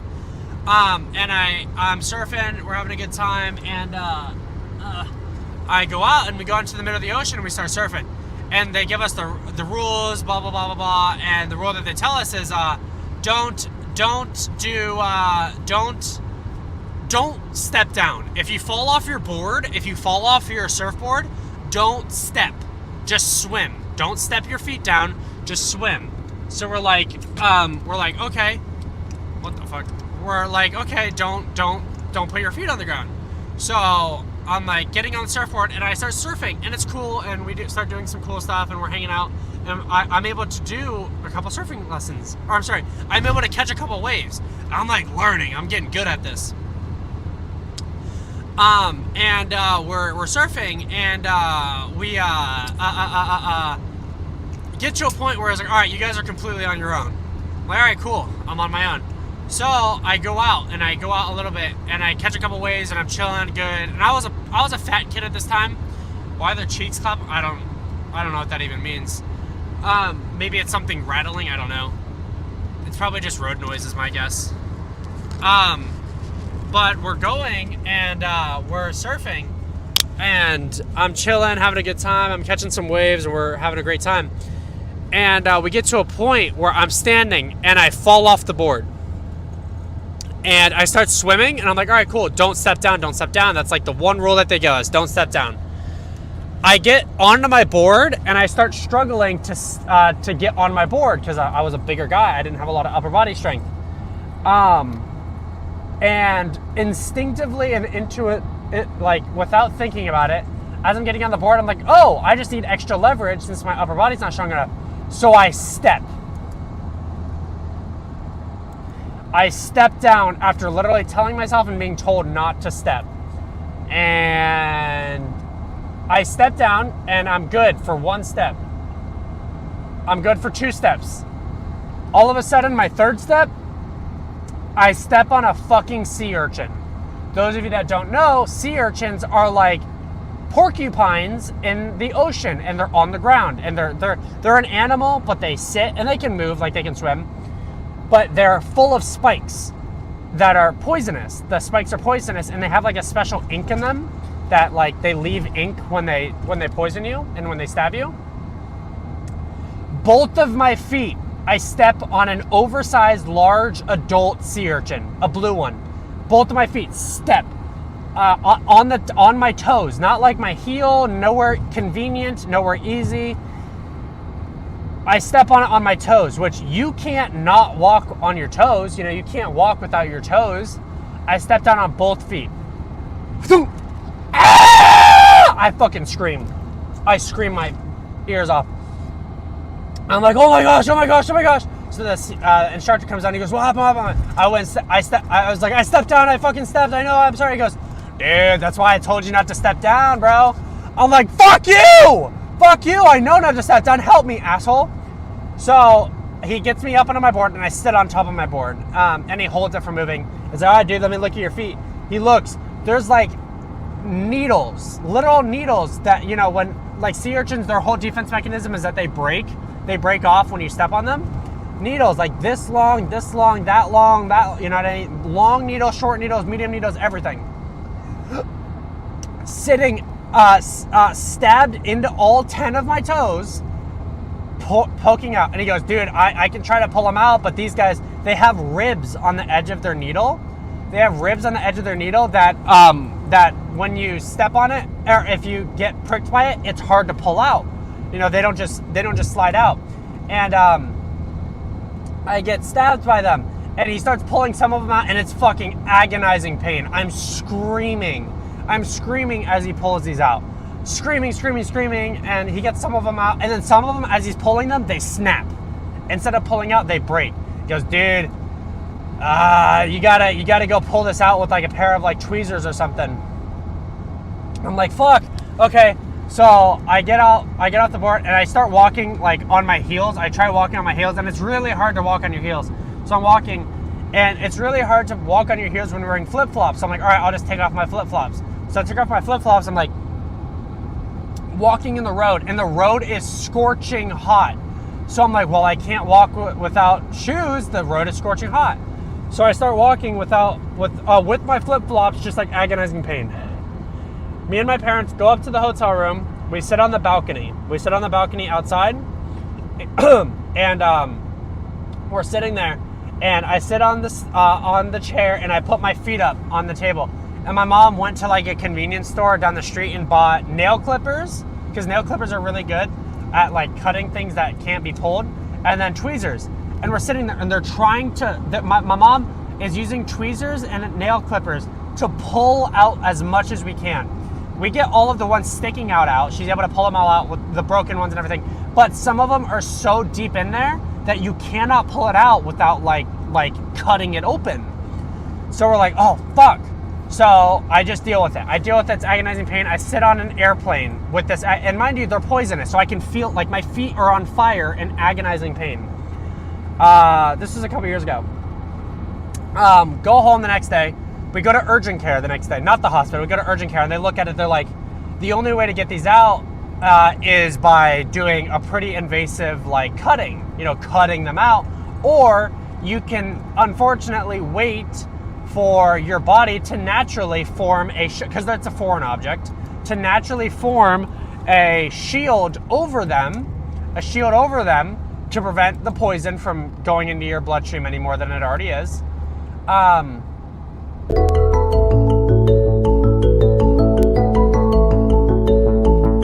What it is, it's dirt that gets into your skin and pores, and your body creates the pus and then forces it out through a pimple. That's literally what it does for that exact thing, but not a pimple. It'll naturally just fall out, I'm like, fuck. So I'm like, how long would that take? It could take 4 to 5 months. It's a very slow process for your body to do that. So okay, fine. So we go home, and I deal with it for a couple days, and the pain lessens a little bit, but it's still really, it's impossible to walk on my toes, so I'm walking on my heels for a couple weeks, and that's agonizing. I start getting blisters, my feet start hurting like fucking crazy, whatever. And it gets to a point that it hurts so bad that my parents are like, okay, we can't deal with this any longer. You're constantly in pain. So my dad has me go to the living room with him. I sit on the counter in the living room. I sit there. He grabs a razor, like a razor blade, like with a pointy end, like one of the razor ends that's pointed. He grabs a needle, a fresh needle, a pair of tweezers, and nail clippers again. My dad on the kitchen, I'm sitting on the counter. LA is in California, brother. Los Angeles is in California, brother. LA is in California. It's the biggest city of California. But California's a state, Los Angeles is a city. But we're still about 4 hours away from LA. California's a very big state. Anyways, we sit on the counter. My mom's there, and my dad's there, and my dad starts cutting open. This is gruesome. Sorry, if you guys are squeamish, this is a hard story. This is a really hard story. And I can still feel the pain to this day. My dad starts cutting open my toes, like the bottom of my toes, with the razor, and then taking the needle and tweezers and pulling at my fucking muscles. And mind you, my feet are bleeding at this point because he's cutting it open with a razor, pulling and stabbing and pulling with tweezers and needles with them to pull the fucking the spikes out of my toes. I am screaming. My mom says she has never heard someone scream so agonizing, so painful, such raw emotion. She said she's never heard that before. My dad has met people in the military who have been injured at war, all this stuff. And he says that was the hardest thing, one, he's ever had to do, because I'm his fucking son. 2, it's disgusting. And 3, I am going fucking ballistic. So my parents give me like something to put in my mouth. I think it was like, I don't know, like an apple or something, and so I can bite down and fucking, you know. The worst pain of my life. The absolute worst pain of my life. I have never felt something that excruciatingly painful in my life. Because normally for something like that, they give you medicine, they give you drugs, they make it so you don't feel it as much. That fucking sucked, chat. That sucked. And my parents say they're still scarred to this day from the sounds and the pain and the disgust and the blood. And yeah, my dad was literally with tweezers pulling out muscles. Pulling at muscles. Like...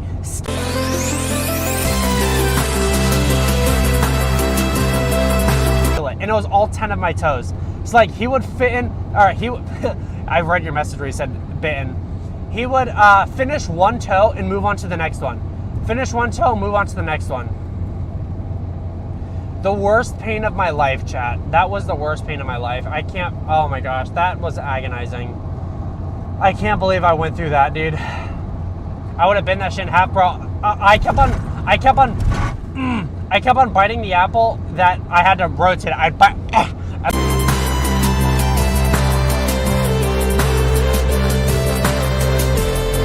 this big seed, I was biting on that. I was biting on the core. The worst pain of my life, chat. The worst pain of my life. That was agonizing. That was a few years ago. But yeah, that's most of this. Not most of this. I have a million stories, chat. Those of you that don't know, when I was...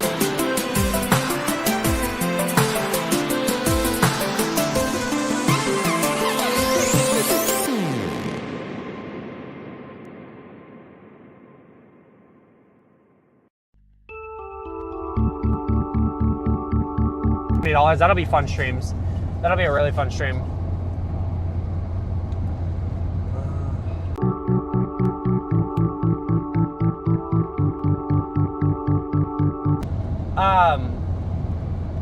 I was a fashion model for ABC 13, the news channel. I don't know if it's still a thing, but ABC News. I was a fashion model, and I would do clothing. I was in magazines. I was on live television. I was on commercials.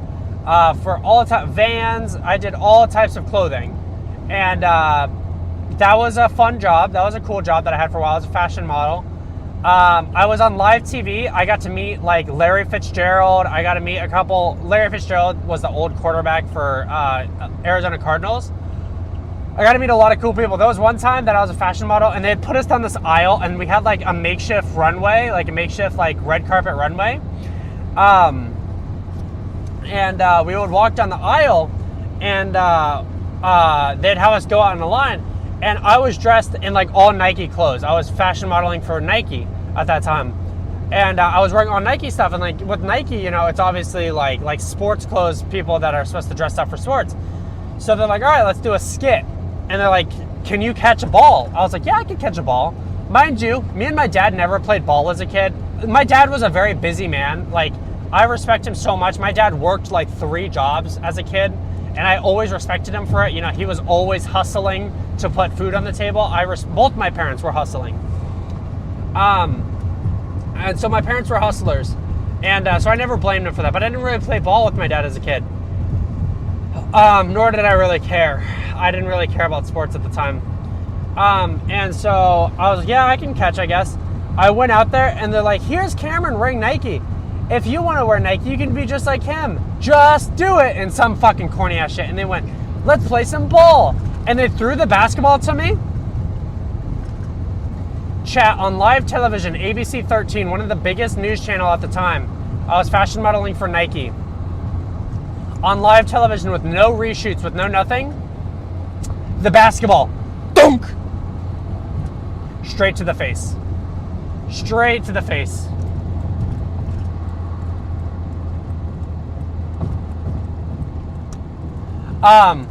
Yeah, live television.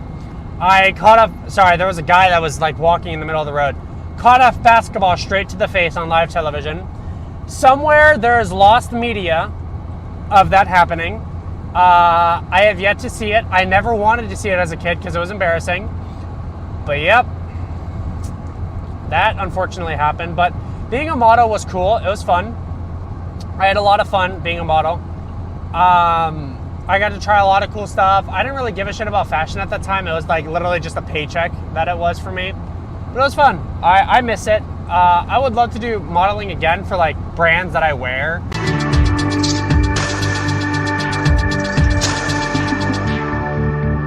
Some cool shit. Dude, to do like fashion modeling for like 100 Thieves or something would be fucking sick, by the way. That would be dope as shit. 100 Thieves? Oh my gosh, that'd be cool as fuck. But yeah. We've had some pretty cool experiences in my life, chat. I've had a lot of cool shit happen in my life. We've already told the stories about old jobs that I used to have. But chat, we are 1/3 of the way, just a little bit over 1/3 of the way through the drive. Oh my gosh, it always bugs out at this point of the drive. We're about 1/3. I am fucking like, oh my gosh, talking makes me tired. Talking for this long, I am tired. But it's gonna be a fun time when I get there. We're gonna be live tomorrow morning, like we said, at 6:30 in the morning, chat. I think that's gonna do it for all the stories and for our driving segment today. I think we've been live with the issues of the past stream. I think we've been live for about almost 3 hours now. Almost 3 hours, chat. Chat, can we get W's in chat for everyone new and returning in chat, as well as W's for Andrew for all the gifted subs and supporting me and being such a W brother my whole life. I genuinely mean this. I genuinely mean it, and I'm not saying it for camera, but I'm saying it so that it's public and that people know and that it's a known fact. Andrew and all of my family, but Andrew specifically, Mr. FUCK in chats, has saved my life numerous times. Like, genuinely saved me from doing some dumb shit. Genuinely. Andrew has genuinely saved me from dumb decisions, from committing, from all that. And I don't know if I will ever be able to show the amount of gratitude and appreciation that I have for that. He has genuinely saved me. If you are ever struggling, or you ever feel like you're alone, or you ever feel like the world is against you, or that there's stuff going on that is never ending, or it's never gonna get better, I promise you it will. I promise you it will. Because this morning I thought that this LA trip would not happen, and that I was fucked, and that I was doomed, and that everything would be bad, and that I wouldn't be able to do this. And look, I made it happen. 3 weeks ago, I thought I wouldn't have a job in LA. I thought I wouldn't have an apartment. I thought I'd be living out of my car, bumming on couches. I thought that I'd have to move back to Arizona temporarily. And I found a place, I found a job, everything figured out. Chat, let time pass. The only thing that is permanent in this is death. And the only thing that is uncontrollable is death. Why speed it up? Why make it come faster? Live your life to the fullest. Do what you love what you do. I will never, ever, ever change my mind about the fact that life is temporary and you need to appreciate everything around you. If you ever feel stuck, walk outside. If you ever feel like there's nothing to look forward to tomorrow, because every morning that you wake up, it's a blessing. Every morning that you wake up, there's something to do, because if you wake up today, if you wake up tomorrow, everything that happens for a reason. And that you waking up is a blessing, and that you should be grateful, because you could have passed away in your sleep. Something could have happened. Anything can happen at any moment, and you need to be appreciative of everything that happens, chat. I have realized that from the darkest pits of hell. I have seen hell for myself. I have met demons. I have met every pit of darkness that you possibly could. Chat, I really mean it when I say that your life is so incredibly valuable. I mean it when I say that there is nothing in this life that is worth ending it. No girl, no boy, doesn't matter if it's a divorce, a boyfriend, girlfriend, doesn't matter what it is, doesn't matter if it's a issue with housing, if you can't get food on your table. There is never a reason to end your life sooner than it needs to be, because there is a plan for you, whether you believe in a God or not. I believe in destiny. I believe in that everything happens for a reason. I believe in that everything will work itself out one way or another. Everyone around you has had struggles. Everyone around you has had issues. Everyone around you has been in the same position that you're in. Whether you believe it or not, 99% of people that say they've never had an issue are just lying about it. They're lying through their teeth. They're not telling the truth. Everyone has problems. Everyone struggles. Everyone goes through the pits of hell. Chats! I love you guys. You guys really mean the world to me. I don't think you guys understand how much I appreciate everything that you guys do and everything that I'm able to do in front of this camera and able to do and present for you guys on a daily basis. I look forward to going live. I look forward to the future. I look forward to everything that happens with streaming, with my new life that we're starting. It hasn't hit me, and it won't hit me for a month or two, about how surreal it is that I'm going to be living in my dream city, doing my dream, living. God knows the amount of adventures that are going to happen in a month, 2 months, 4 months, and where I'm going to be in a year from now. I really am appreciative from all the struggles, from all the hardships, from everything that's happened in my life. It's all led to this, from getting cheated on, from being lied to, from being led on, ghosted, from,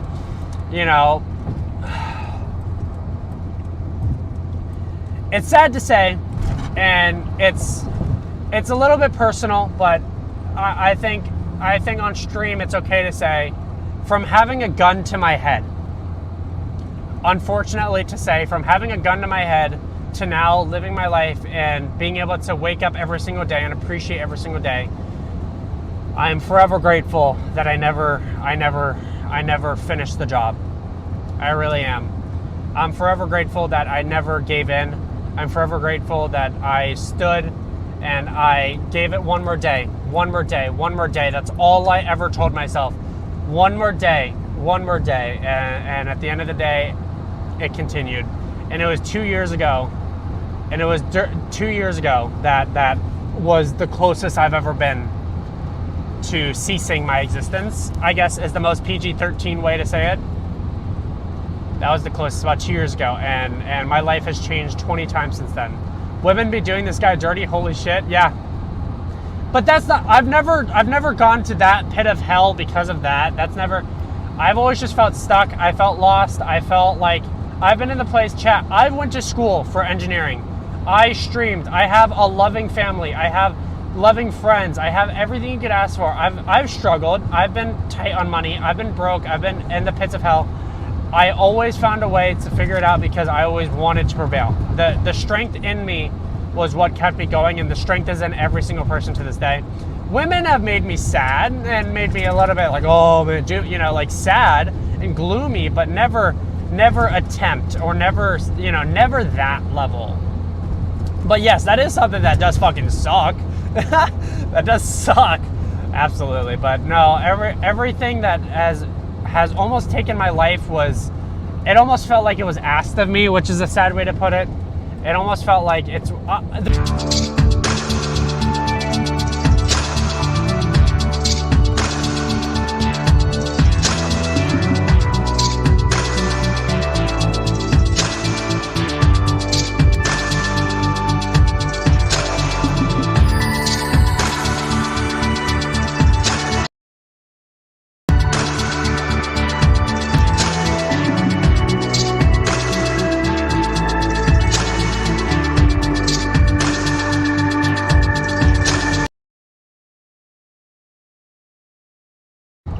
we're having network issues. I can see them.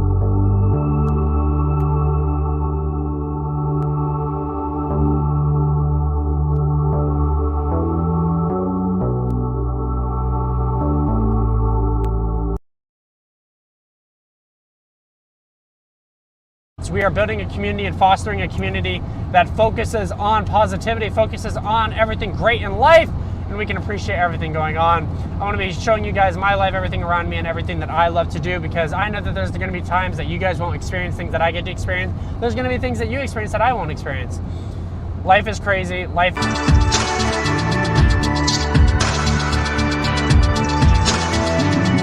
This is guys anywhere online. I'm a multimedia content creator / streamer. I like to play games at my desk, not here. I like to take you guys into the real world and show you guys stuff. We have more stories I'm going to be telling, but I don't want to do all the stories all today. My voice is running out. I'm getting really, really, really, really tired from talking for the past 3 hours. I have no food, no more water, so I gotta rest. I'm gonna chill for a while. We still have exactly 4 hours from this point to getting to our destination, chat. If you want to join our Discord server, it's in the description or on the channel. You guys can join our Discord server, hang out. I'm gonna let you guys know when I get there, get to LA, you know, make sure everything's safe, chats. That is gonna do it for today's stream.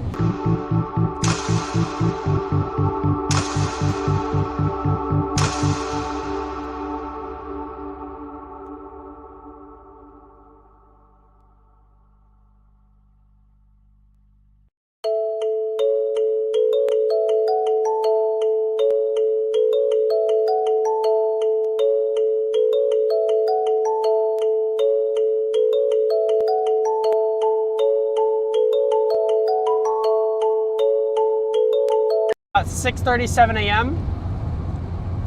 I need to swallow. That's what she said. We're going to be live at 6:37 a.m. tomorrow for our car show stream. Be there, be square. We're going to be live on Monday as well. Chat, have a great rest of your day. I'm going to see you guys tomorrow. Have a great day. Have a great weekend.